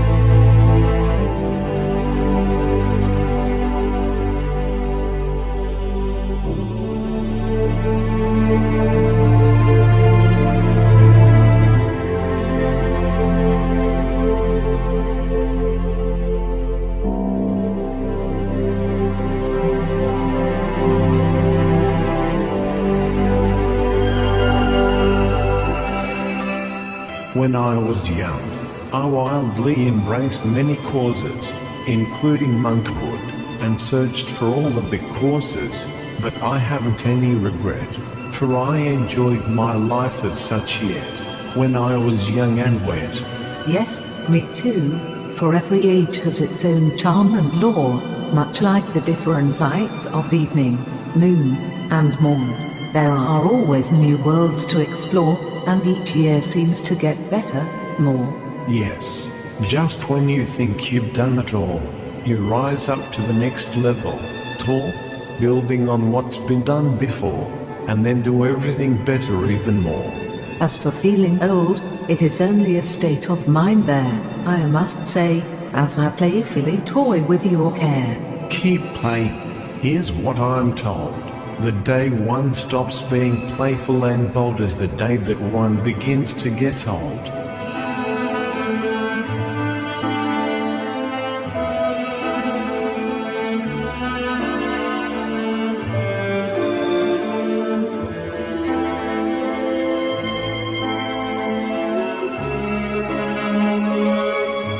Here we find the remains of the ghost town, and another cemetery's lawn, where we saw a man sitting next to a graven stone. What are you doing, man? I'm waiting for this dead and buried man to come back from Death's Land and tell me what it's like on the other side. I've been waiting here 10 years now. What have you learned from where he lies? Nothing. I fear that perhaps ideas may die when the mind turns to dust and flies. that there can be no unique breath and enduring identity after death, without the brain and its memories worth, just as there wouldn't be any before birth. It could very well be that death is mindless and quite senseless. Well, if no one comes back to tell me it about, I will just have to die to find it all out. We will all die someday, my child, so you might as well live your life in the meanwhile. Remember, your warm body full of bloom is worth 10,000 lying in the tomb. Live while you're still full of life's tune. By these verses let your lamp of life illume. The man thinks a while to find currents flash signals through his living mind, as chemicals decode the impulses in kind. We're all a part of nature, so to nature we must return. He's gone off in another direction, but I can still hear his diction. I sprang from the soil, born to live and die. Then I beheld life's font and drank it dry. I may not live forever, but my words and deeds will live on. As for me, I must go back, whence I came by. I must return to earth and die. Everyone dies, but not everyone lives.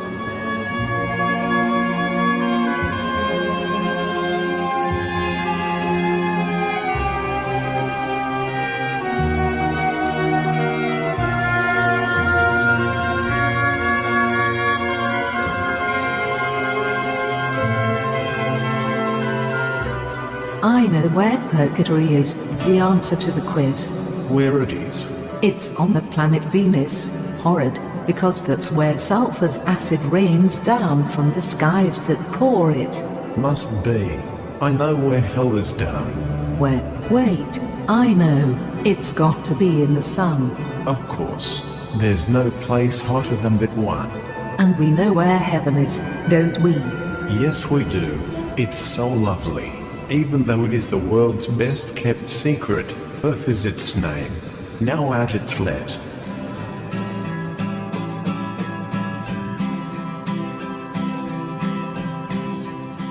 Let us stroll ever onward, feeling rather heavenly. We're sleeping our worth, and eating from our lover, the earth, scenting all of its charms, treasures, joys, and mirth. It begins to rain, by chance, and way off in the distance, I can hear people cursing at the rain. I never curse the rain, in vain, for without water there would be no life the same. The universe has our well-being at stake, here, in the general sense, in the long run, dear. But not in the specific sense, because, it's plain, one tone could float away if there's too much rain. Then the worms will come out again. Worms are wonderful too, all of them, but even though so, some people hate them. They aerate over 400 million tons of soil per day. If it weren't for the worms toiling each day, there would not have been this world of plant growth that now sustains the world. No worms, no life uncurled. So, we're all in this together, you, me, and the worms. Yes, there seems to be a subtle, interlinked complexity to life. The Earth is the best of all possible worlds of life. Yes, all is right with the world, by good chance, even though it may not seem so, at first glance, what with the calamities of nature and so forth, but it couldn't really work any other way, for it's hard to argue with the balance works. Right. The food chain works. The climate works. Everything works. My blood runs warm, like the fire of the sun at noon. My spirit is sweat by the swelling moon. Water is in me. The air flows through me. Earth's rhythm is always playing our tune to be. Earth, air, fire, and water. That's life's recipe. How is it that everything works on Earth if it is so rare? Well, think of it this way. Fair. If it didn't work, then we wouldn't be here to even think about its thrall. So, it's not so very remarkable after all.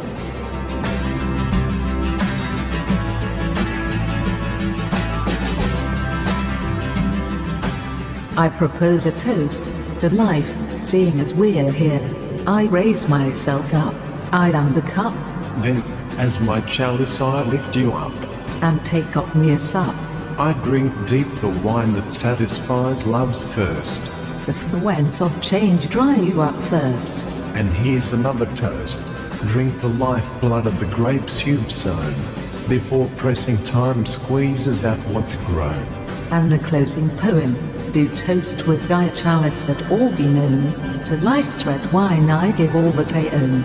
We'll walk away the day, making an early camp to stay, so we could warm again together that way.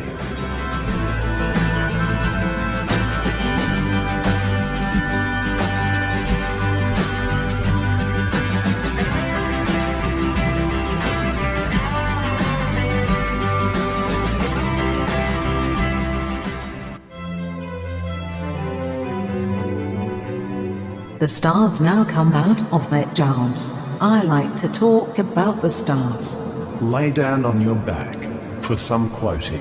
Let's pretend that we're floating through deep space, it noting. Once we were this. When we were stardust. Time, death, and stardust, those three were our birthright, duly. Death chose the wise from the silly, the useful from the useless, the pointed from the pointless. Death sifted the best from the rest. But it took a long if time of yore, since death was the only evaluator. It took eons and ages of time's acumen for us to evolve from stardust into humans. Time, death, and stardust's path, they write our epitaph as well as our birthright past. When our time expires, of the cleft, death will come, our life bereft, and only our dust will be left.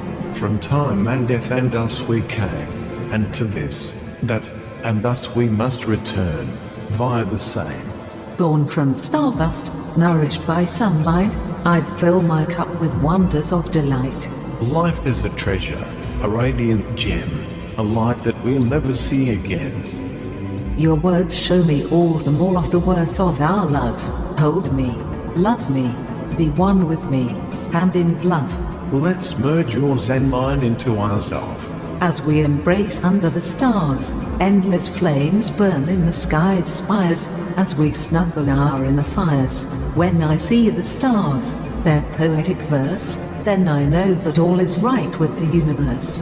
They're eternity's running lights. Look, they shine, even through the blackest plight of the fathomless night. It's as if good has conquered evil, right? The darkness can't even quench the smallest light, as even a mere candle can vanquish night. They say that twin genii split day and night, along with wrong and right. The candle lights the darkness and fills it bright. Starlight is the origin of our being. A star is the soul of the universe's seeing. The sun is our Earth's soul and life star. We are sparks from the stars on high, afar. We glow bright for a while, then flicker and die, as the path. Our light shines now, so bright, reluming the flames in the black of night. We are magic lanterns shining here, our spirits are light in there. From what bright star came the gleam in your eyes? From what distant sun came your smile, light-wise? Embrace me, starlight. Hold me, stardust.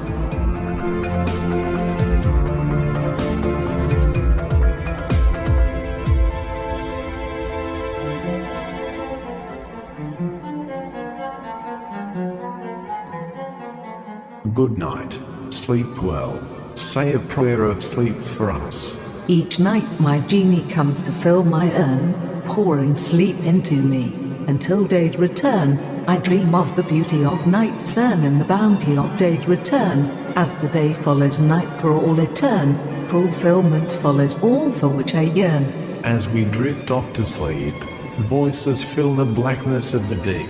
It is some sort of celestial debate to meet. I'm the darkest, says the shadow to the night. No, says midnight, compared to me you're bright.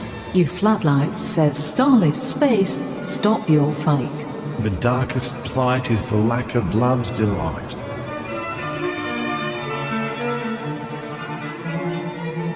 After a good night's sleep, it seems, we awake, like dewdrops, all agleam, fresh with the delight of some remembered dream. We are the creative principle, aren't we? Yes, it is embodied in us at length. We live by our intuitive strength. And this intuition thing, it seems to know something, which, I suppose, as a definition, is why they call it intuition. It is the light within. It is a life principle. It's an inner creative source, I know. So, I live from my intuitive wisdom and sometimes act spontaneously on it, rather than get labored down and ring with too much conventional reasoning. Yes, and this is my idea of how creativity binds from the unity of the heart, soul, senses, and mind. The wonders of life bring love to the heart's peak, and cause it to take flight, so to speak, as all the while the soul whispers an image of things to one through its own language sings, which makes them of unimaginableness, but they are ever in the subconscious, and all this, if one lets its senses, streams, dually, into one's senses and into the intellect, merging there, a boy, taking one to a point quite beyond joy, for that's when imagination freely enlightens the mind's rationalization. This is what I call creative unification. Follow the water to where your mind leads you. Do what your senses tell you. Sail on the wind of your soul. Float where your heart takes your role. In us the cosmos has achieved consciousness. We're the cosmos itself, no less. We're the conscious form of it. We're the universe come alive in. We are magic lanterns shining from the light that's never dying. We are the triumph of life, love, and being. We're the smile of being's elation, the joy of the universe's creation. In us the cosmos has come alive. It has reached conscious life from its primordial matter and vibes. We have arrived. We are life from stardust. And we live but for one of eternity's heartbeats. We are all that we are to time, death, and star heat. Truly from the stars cometh our help to beat. Stars are the creators of matter, mind this is why they shine. Death is the evaluator, the chooser, but it takes time. Billions of years of mindless time. We have waited to catch light and life a while, the rapture from heaven's smile. Oh, what a joy to be alive. Yes, now we are alive, and our minds interpret this reality into the many colors of the phenomenal, worldly. Our lives, like a prism, really, strain the white radiance of eternity, like Shelley said in his poetry. While we're here, in this dell, we can drink a glass of water from the well, we can enjoy the breeze that wends, and we can sing and laugh and love with our friends. We can enjoy everything and everyone. I will live for truth, beauty, and goodness love. Yes, for their own sake. Love, for its own sake of. The stars are eternity's love lamps. They represent our good deeds entrenched, which even the death of night cannot quench. My star's light is the origin of my being, the source of my matter, energy, everything. Permanent, reassuring, unquenchable, it's my speechless soul, my self-winding mainspring.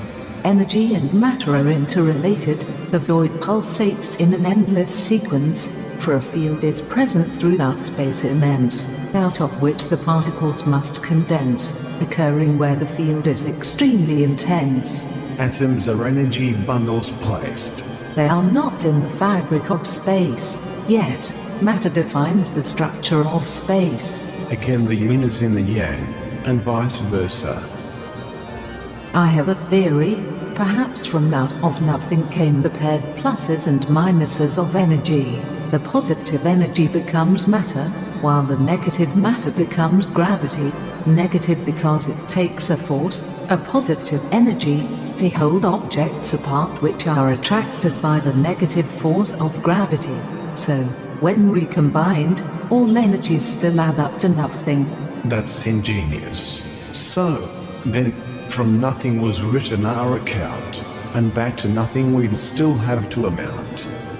But in between those two parentheses bound, the pluses rain on us from heaven's fount.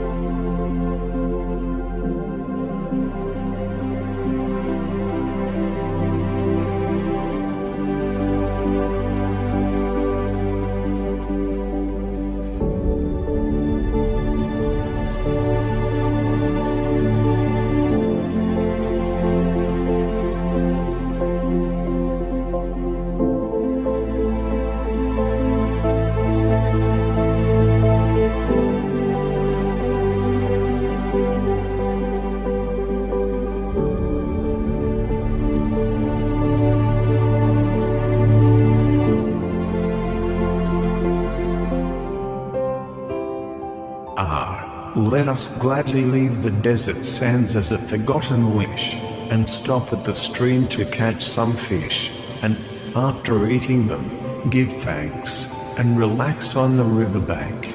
Here are kisses on your cheek, a few. I have such peace with you. I am safe and warm with you, and completely at home, too. I am in heaven, so bright. I wonder what the mythical light of heaven would be like.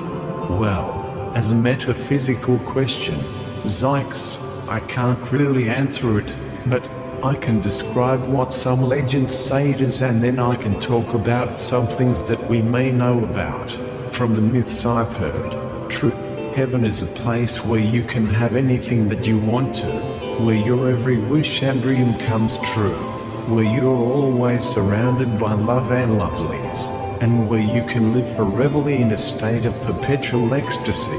I realize that I'm not describing it very well thought. I've almost made its plot rather decadent, have I not? It's a fair but invented description, and it would be a glorious benediction.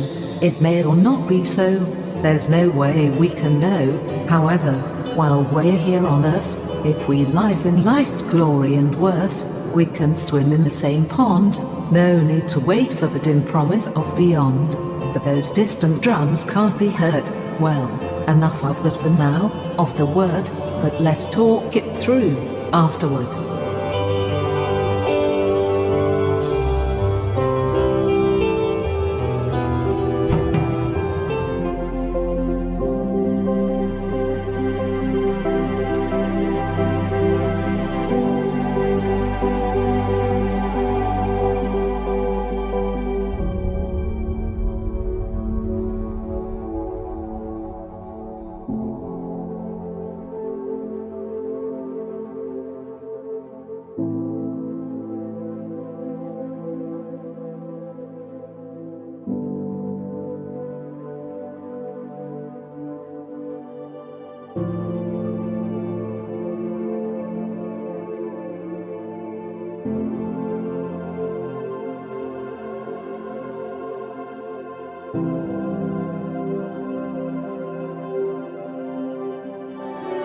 May I look again at that living book of philosophy? I hand it to you, softly. It has words with matching pictures in it. Or perhaps it has pictures in it, served with matching words. As the counter, I counter. I am neither, yet both, for the pictures drawn, and the words read, offer mutual support, joining together, each reflecting off of the other, thus building and spiraling in the mind's arena, into a more complete perception of the ideas. The words appeal, at first, to the logical kind, the intellectual part of the mind. The pictures appeal, at first, to the passionate, artistic, and sensual portion of the sensate. The two mind images then merge into the wholeness of truth and beauty converged. The intellect can then sense without the senses sect, while the senses can intellectualize without the intellect. It's a rather thorough experience.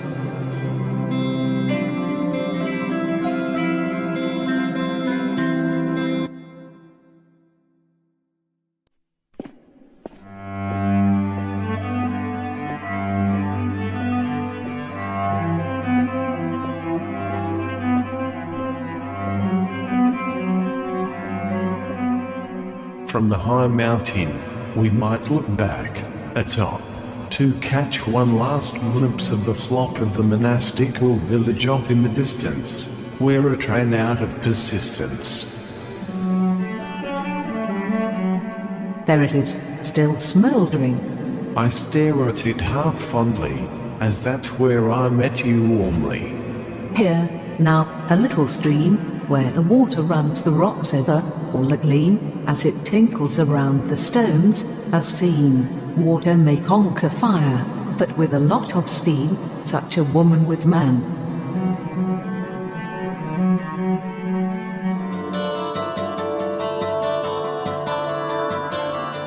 Let us roam at ease, savouring the balm in every breeze, drinking the sweets from the flowers, kissing under every tree, enjoying the earth's favours, and meandering on, following the water's flow, as it lets us ever so, going with it, by not struggling against it, but becoming it.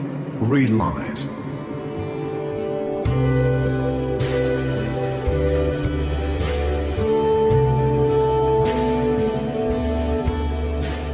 Peter, I look at this red rose that I still carry. It's for you. We're married. I will surround the blossom of your flower with my unselfish love. My blossom unfolds over you, as does your own within me, too. We'll refold and enfold each other's home. I'll enwrap you, like the words of a poem. Let's again open the tome, the mysterious book of poems.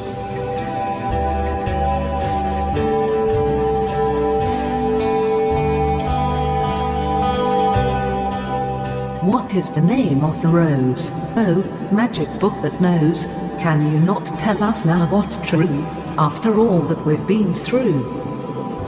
A reply, quite alive. There is much more to arrive. I shall answer you as time wears on. It all has to do with the life of the rose. So you shall see, it is of the thorn that grows. I'm eager for the quest, to enter into our innermost bowels rest, of our flowered spirit yin, savouring there all the flora within. I can now almost understand the flower, and much that our speechless memory has devoured, all that life's drudgery has stolen and overpowered.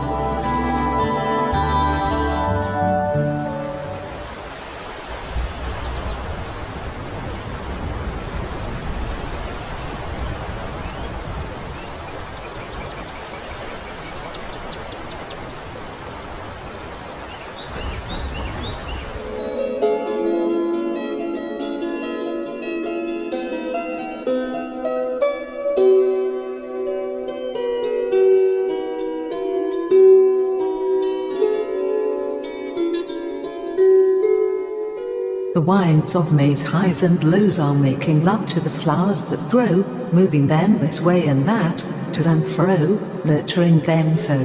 Spring seedlings reach for the light of day, drinking deep draughts of the sunny bouquet. The book opens to the page of breath and death.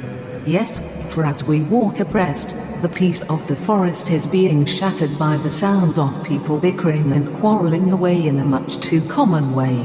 We approach the noise, but the people just stare at us, improvised. Save your breath, too. Don't tell us what to do. Don't meddle. We're having a fight. Oh, brother. That's funny and lame, for what you just said to me is just the same that I was going to say to you. Save your own breath, too. That breath which is between death and you, don't expend it on fighting sprees. Fighting saps your energy, and undoes love's promise. Your breath is dear and precious, so enjoy all that life can give. Ere comes death, yelling drives people away. A few left, soft and gentle voices, whispering even, brings them close. Tell them more, my dear, that's pleasing. There are large worlds of life to live in. But here you are, trapped in the tiny cell of arguments, resentments, and animosities, wasting all your breath therein. Stand back and realize life's total space, and note that quarreling occupies but a small place in what can be accomplished by the human race. So, if you're not busy living, then I guess you're busy dying. All the world's riches cannot extend the power which drains the cup and withers the flower. What would be the price of wasted breath, purchased at the final hour, from the hand of death? Loving is what this life is all about. To have it is to live it all out. Then why, oh why, do you not seek it out? Somehow, fighting doesn't seem appropriate anymore, so us quarrelers will stop from doing it anymore.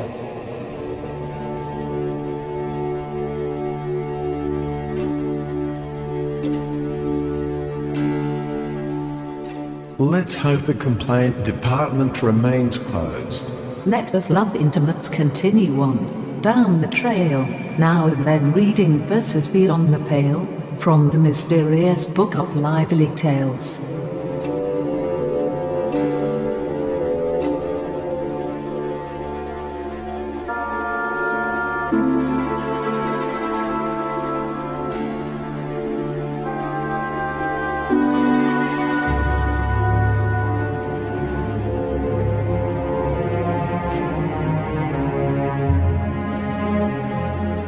What life and love are made of is the next page. So we ramble along the path, ever singing, now pretty much ready for just about anything. Here is yet another hapless person, one who seems to be searching for something beyond. Curiously, he is riding on an ox and chasing butterflies, trying to connect the dots. Where are life and love? I'm a rider, looking all over the place for that refreshing cider. Well, what are you looking for in particular? I'm looking for life's flight, as a dove, while trying to capture the butterfly of love. There's nowhere else to look for life's impact except in what you are doing now. In fact, right where you are at, you must experience the wonder, dance, and the mystery of life's pact in every single act. Chasing intensely after life, romance hot, or butterflies, is a lot like riding on an ox while looking for an ox. Life and romance are all around you, not nil, they are right here. Relax, be still, then on you will alight the butterfly of love, for that's the touch that romance is made of. As for life, it grows in the various cracks of day, from the seeds you plant along the rocky way. Like an artisan, mix your work and play, all the while nurturing all with love's sway, then you can harvest life's bouquet. Let us move on, feeling more lively, and so it is that we'll taste the life that is sweet, without the sour, as we while away the hours, for our souls met in the bower, through love's great power.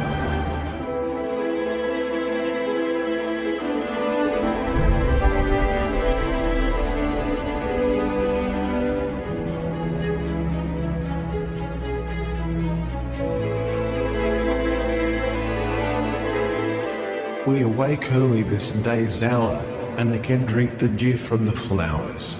You pick a new rose to carry. We think we hear the rose laughing and that we can even see it smiling. The rose speaks of what is so. I am the rose that blows laughing into the world's foes, until my tassels tear again, when I throw my petals on the garden.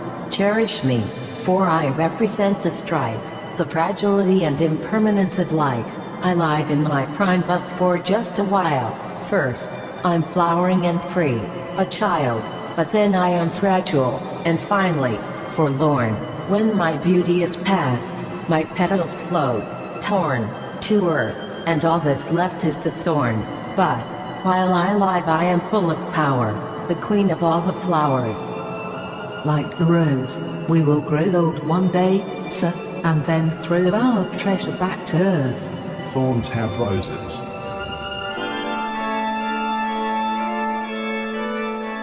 We walk along as the next day flushes, and come to a grove of rose bushes, in a peaceful setting, those blushes, and over in the corner of the garden I see a grave marker, thereover, one that is almost completely covered by the fallen rose blossoms, all over. What does it say, Mum?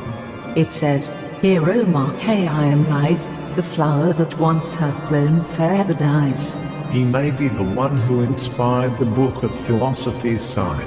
It says that he has gone to where no one knows, that he is buried far beneath the winter snows. I bend down a tulip's smile, pouring its cup of dew onto the grave's pile. Why? I'm turning the cup so that dew drops will slip into the ground and perhaps reach his thirsty lips, for this is what he asked people to do in his quips. Can he sprout anew, as what grows, arising like an autumnal rose, in some sort of second spring's pose? I don't think so, zounds, but his spirit has escaped from the ground and has touched us each, all around, and his words have echoed, sound, on down through the centuries round. His poetic splendor lives beyond the grave. He's immortal, he's saved. The mourners are arriving, the procession of the moment's life. They all come, sad yesterday, today, and tomorrow, blinded by grief, and led only by their tears and sorrow. Hail, cheer, and farewell, they say to old Khayyam, you took from death all that life could borrow. What else was said about Omar? Well, on Omar's last day on earth set, he is sitting in the shade of a minaret. The bird of time lands near him, eats a few crumbs from his hand, so dim, then sings life's last song to him. Omar just relaxes, not upset, savoring the glow of his last sunset. Then a shining shape, the angel of light, seeks out Omar, to bless him right, and the angel says, in flight, Omar, your claim must soon be repossessed, let us drink to your success, and offers him a cup, and the rest. Omar takes it and smiles, blessed, ready to meet life's last caress. Omar then lies down on the grass, a dark shape arrives, at the last, it is the angel of death, and to Omar it said, drink one last draught from your precious cup. Bread. Omar sips and smiles, then breathes his last breath. Ever since, and for centuries thereafter, in rest, Omar lays where the roses bloom. But then, like a ghost from a tomb, his lamp illumes, and his poetic spirit spreads, like perfume, injecting life and promise from earth's womb, spreading the words of the Rubaiyat's fumes through all of this world's gloom and doom, like the spores of a healthful mushroom. To whom? To those who would taste of life, I presume. And so the desert simoon continues to blow across Omar's grave tomb, carrying forth his ancient Persian fumes. And every year the rose gardens for Omar sing, shedding their blossoms at the end of spring. Like the rose, in its dearth, Omar Khayyam came hither from the earth, blossomed, and showed his beauty, worth, charm, and color, in full flowered mirth, until to earth his petals worth floated back down, to wither in the dirt. Omar, as a tulip, was like a cup, looking up to take his heavenly sup. Then to earth he was inverted, quite used up. The stars, the eyes of night, will often rise anew and look for him, but will never find him true, for he's bid adieu.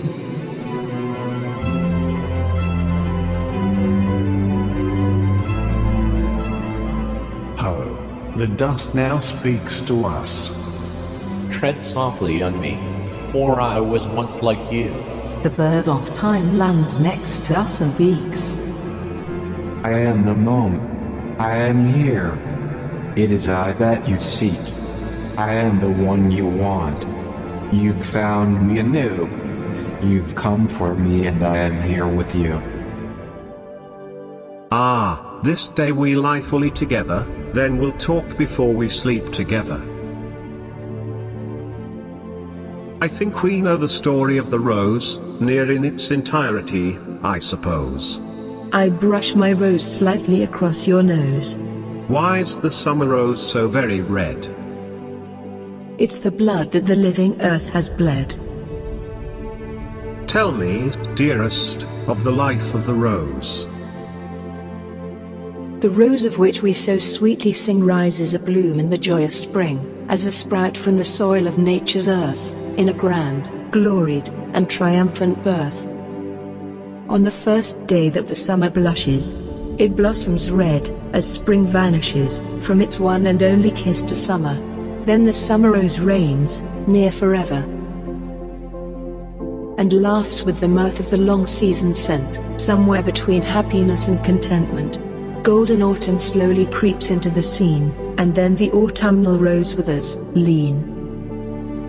Its tearing petals falling, from its toil, enriching the potpourri of the soil. Then comes the winter scene, shutting the scene. That's the living life of the rose that thrives. The flower that once has blown forever dies.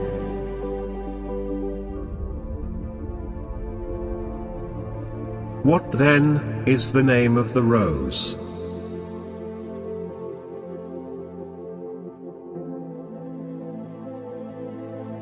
We are the rose.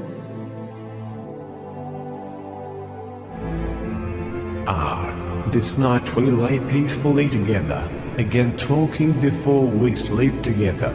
I think we know now the entire story of the rose, I suppose. I pick up my rose and brush it ever so slightly across your nose. Why is the roses so red? It's the blood that the living earth has bled. Tell me the life of the rose. The rose of which you sing rises in the joyous spring as a sprout from the earth in a glorious birth. On the first day that summer blushes, it blossoms, as spring vanishes, from spring's only kiss to summer. Then the summer rose blooms, near forever, and laughs with the mirth of a long season sent, somewhere between happiness and contentment. Golden autumn slowly creeps into the scene, and then the autumnal rose withers, lean, its petals falling back from its toil to again enrich the soil. Then comes the winter scene, shutting the scene. That's the life of the rose that thrives. The flower that once has blown forever dies. What then is the name of the rose? We are the rose.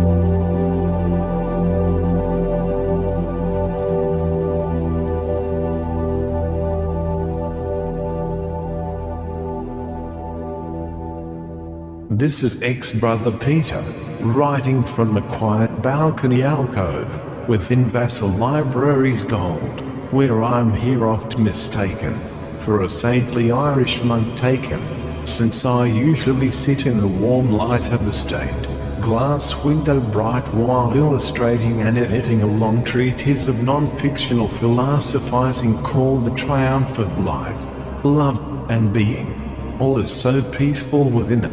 As I look up for a minute, I'm comforted by the stacks of old books, by the worn-out tapestries on hooks, and by the marble floor in the study court below, all so much reminding me of the monastery.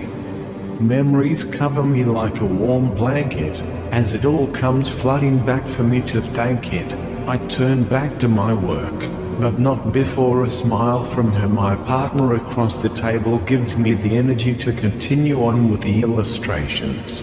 Yes, my co-author, ex-sister Angelina, the one, sits quietly near me and is still being mistaken for a nun. We are working at a large table, on our book, in the glow of the window's prismatic colored look, bathing in the radiance of our saintliness brooked, in this sacred and blessed mood of the library nook.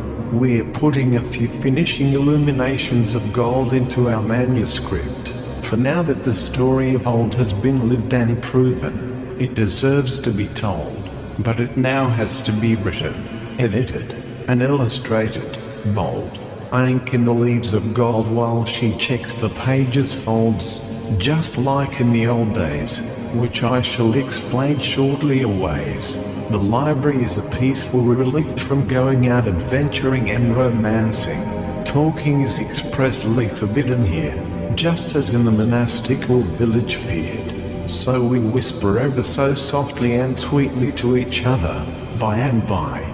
But I am getting way ahead of myself. So let's pause and start at the beginning, even earlier. It's all coming back to me now.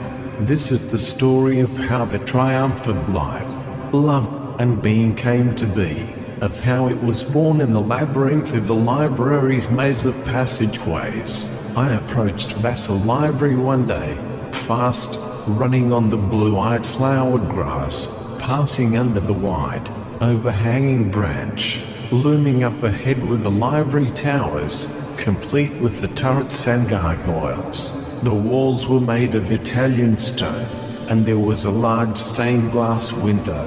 The library was built much in the tradition of some great monastery, or a castle position.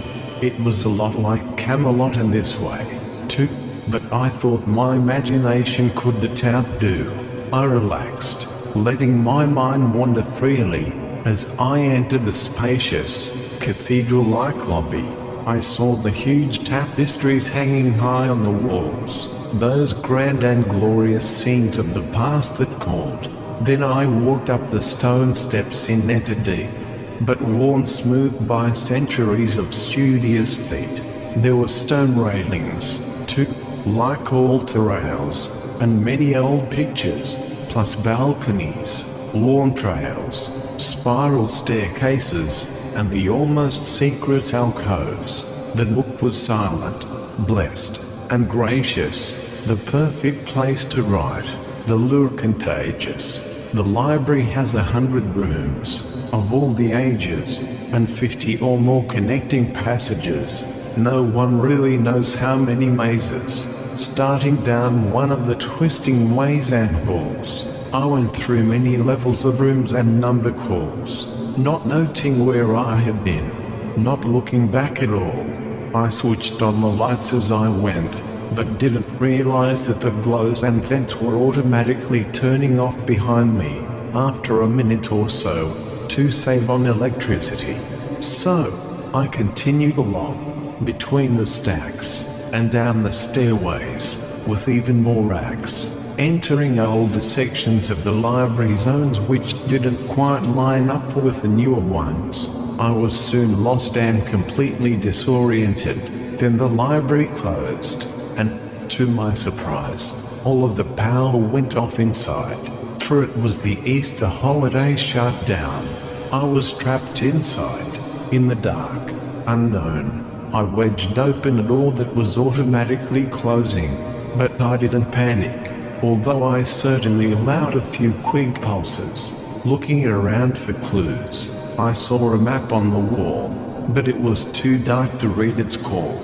However, when my eyes had become adapted, I could see the dim plots outlined of the shapes of the rooms on the map. In the distance, I could hear the electronic clicks of the security locks slipping into place, as ticks in the treasure and the rare books rooms picked. Walking between the stacks, I guided myself along by tapping on the books with my handmade song.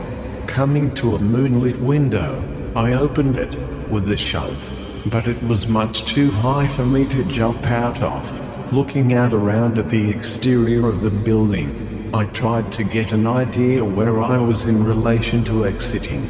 Picking up a book, I looked at its call number to get a better idea of what section I might be under. The book was Beyond Metaphysics by Aristotle. I'm sure that it contained the answers to all of life's most difficult mysteries, since I knew, from my language studies thrall, that meter already meant beyond. But alas, it was too dark to read the book upon, so I put it back, meaning to take it out when the library reopened its house. It must have been the most precious book to know, for it had been presumed lost centuries ago.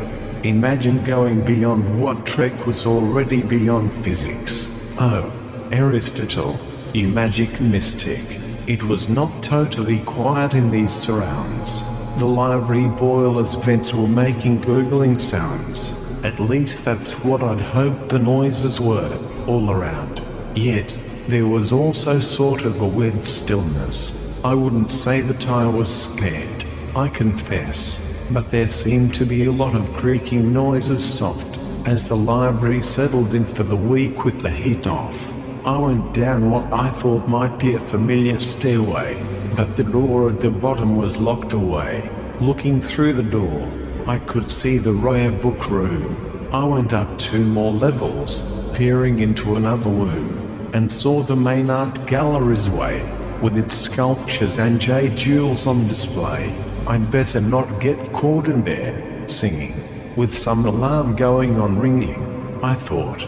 So I retraced my stepping, and went around constructing squared circles for a while, unfortunately returning again and again to rooms that I had been to before.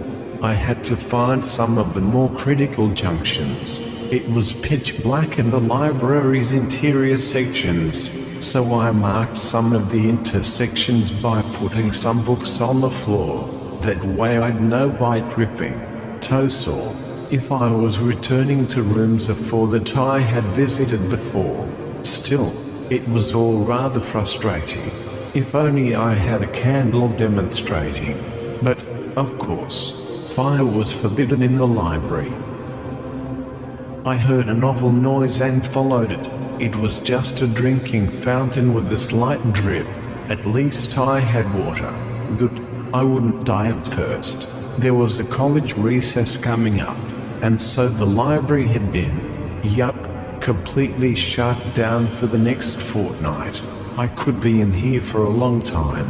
Cold, blind, hungry, and homeless. I sat down, sleepily, near an emergency light and rested against the book's upright, one of which poked me in the back. So I took it out and chanced to read the title plaque as I was putting it down. Not back in the rack. Letters between a saintly Irish monk and a holy French nun. I opened it and read a few pages. As I fell asleep, that book was on my mind, and I began to dream of it. I woke up in a scriptorium. I was a monk in a monastery sanctorium, studying philosophy and illumination.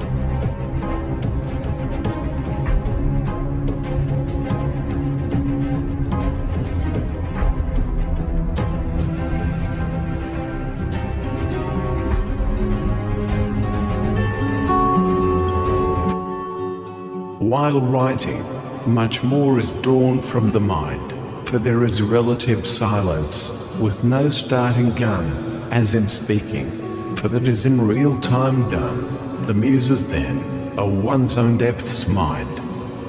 I turn to ex-sister Angelina and smile, my dream come true, as we continue our work in Vassal Library, editing and illustrating the book that we have lived and written. I hand her a large stack of papers containing comments and various corrections. Page 2. The paragraph about a book. The last sentence, the arts enrich human experience, but they are no substitutes for the living of it. You may be surprised, but I often think the same about the arts.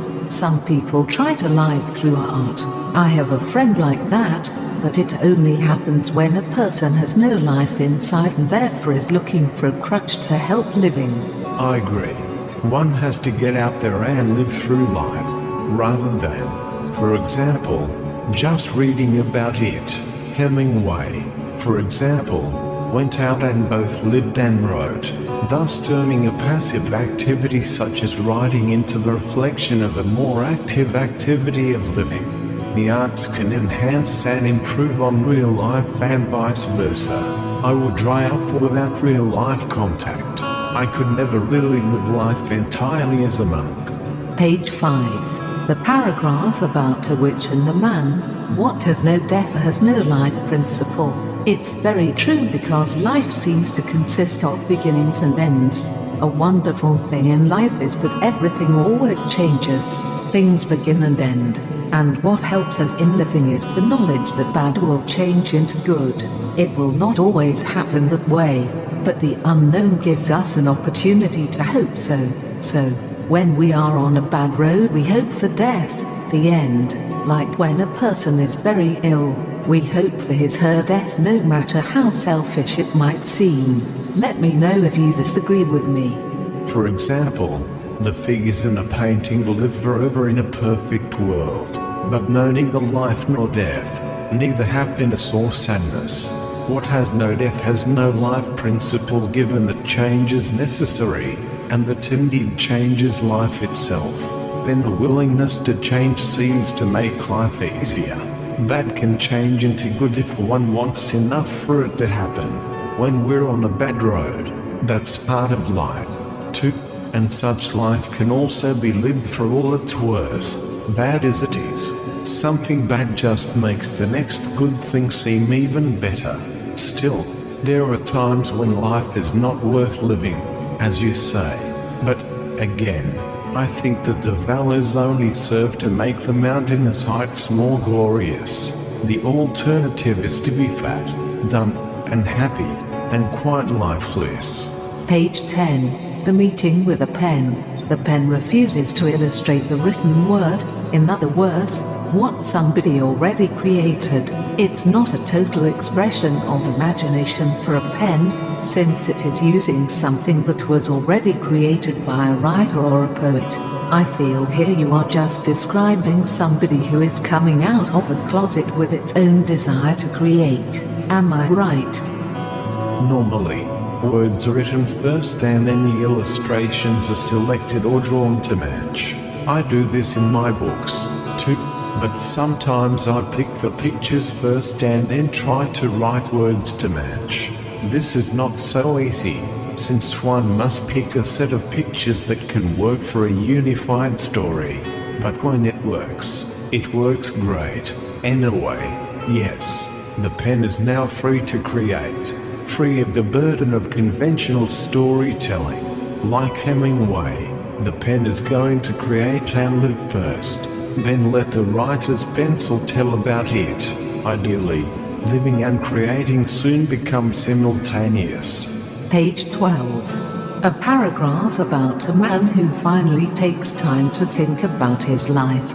I like this sentence. What sense does it make to live a life that has no time to live? I think it pertains a lot to many people who are creating responsibilities around themselves to keep busy.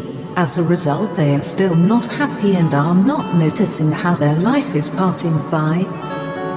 People think that they have to do certain things. Rush, rush, rush. Busy, busy, busy. No time to think. No time to live. Not enough hours in the day to celebrate life. This is their epitaph. They were born. They were busy. They died. Page 14. Flow and change are basic features of life. In fact, they are life. I think that Aristotle said that one can't step twice into the same waters.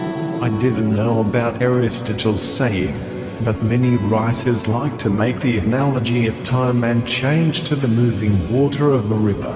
Page 16. A conversation about songs. A song, being a poem set to music, causes heart and soul to converge into one grand experience. I agree with you. Sometimes a song with wonderful words and music can really turn the soul inside out. Music is a natural high and can really bring forth deep emotion and profound feelings. I have the Pachelbel canon with words on it. It really gets to me. Page 17. She said, "Let us never wait. Death disposes of joys put off too late. That's my philosophy of life. I am just like you. I never wait. I live today, not tomorrow, because there might not be any tomorrow. There is only now." This is one of the most difficult concepts for many people to incorporate into their lives. Some never do. Page 19. Two people are greater than 1 + 1. These are great words. I have the same feeling about marriage. Two people developing themselves together and creating something big of their life, which is one now. Of course, this is true in friendships as well as in marriages. Page 20. There are large worlds of life to live in. You are so correct. We can spend it in arguments, resentments and animosity like you say, or we can spend it admiring a rose. Every day I see people boxing themselves in a corner with petty grievances, insecurities and small thinking. But life is just waiting to be lived in a much larger scope. They should stand back and look at the big picture, then plainly see that their quibbling occupies just a very small space and that they are several orders of magnitude removed from the potential of the human race. The same page. Spend time on actions, not on intentions. You have to forgive me, but this sounds like a cliché to me. Yes, this is a cliché. Although clichés contain great thoughts, they have lost their meaning because they are no longer heard word by word. So, one must reword clichés in such a way that they can become new again. Typically, great thoughts will be reinvented again and again. I tried to turn clichés into real lived demonstrations that will make more of an impact, but I goofed on this one you mentioned. Somehow I should demonstrate that one action is worth many good intentions. Page 22. When will you do what you really want to do? This paragraph pertains to the subject of living life or observing life. Start right now. How many people are going to do something someday? Page 25. Love is giving, without any motive toward getting anything back in return. I agree and disagree on this issue. On a philosophical plane, you are right. But in reality, I don't think it can always happen because human beings live on the ground, not high in the sky, and therefore sooner or later have a need for feelings in return. Some might feel differently because some may already have a permanent feeling of love. So some do not need to ask for anything in return from any other friendships that they have. They could feel very differently if they were alone. You can object to this if you would like. All I can say is that if love is not given freely and unconditionally, then, whether one realizes it or not, one has placed definite conditions on the giving of love. Next come demands, possession, imprisonment, cages, requirements almost like a business investment. If you force or encourage someone to love you by conditions, then what have you really gained? How do you know that the love is real? One may feel special by insisting that the spouse stay home and not go out anymore like she used to, but this is just an artificially created way of feeling special. However, not to worry, unconditional love has a way of coming back, and when it doesn't, then it is, at least, a gift. I think the confusion here, mine included, has to do with the difference between needs and wants. Needs are those things universally required by all humans, such as food, shelter, clothing, and love. Wants are those extra things like toys. Naturally, one may also give love out of a basic human need to receive love and be in love.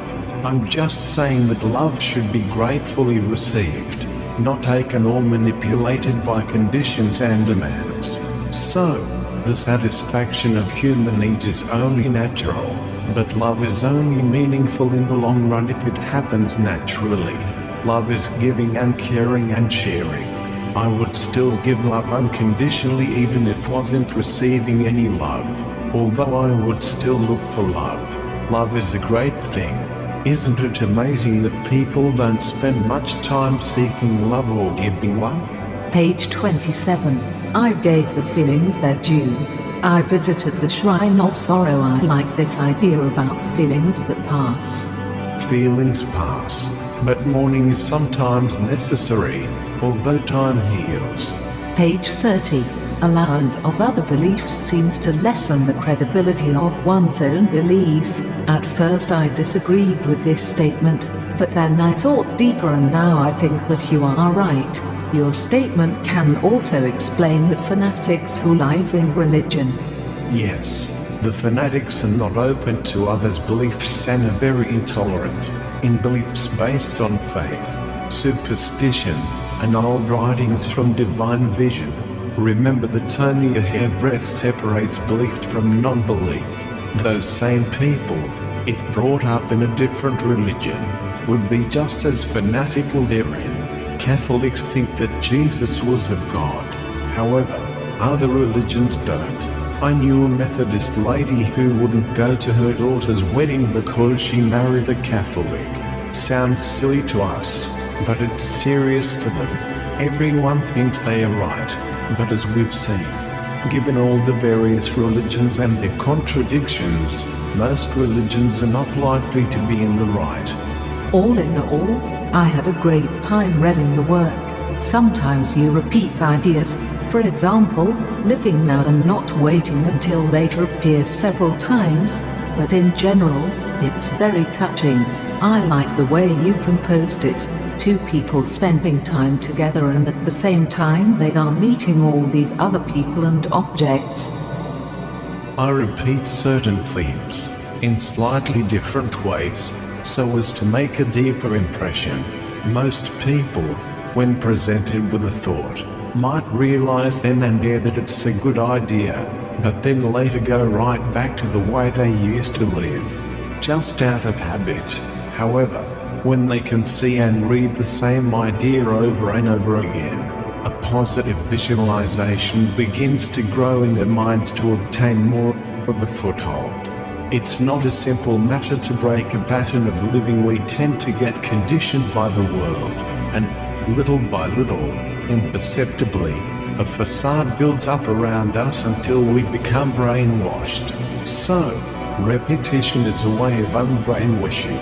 The ideas I'm suggesting are not complex, they are just little common sense notions about the human condition that I've observed in myself and others. Philosophy can be enjoyable. The trick is to present it not as a lecture, but in an enjoyable way. I remain the monk who loves you. A flower is life, but in time that flies.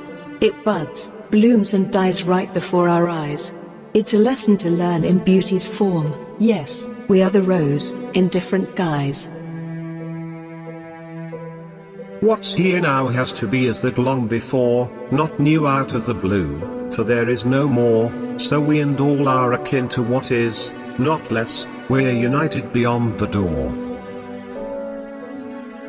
Dreams are the starlight of our minds, a canopy of hope that shines above our lives to light our days, and prove we are more than our daily ways. Okay monk, it's time to monkey, get me out of this habit, this numb loves the feeling of wearing numb.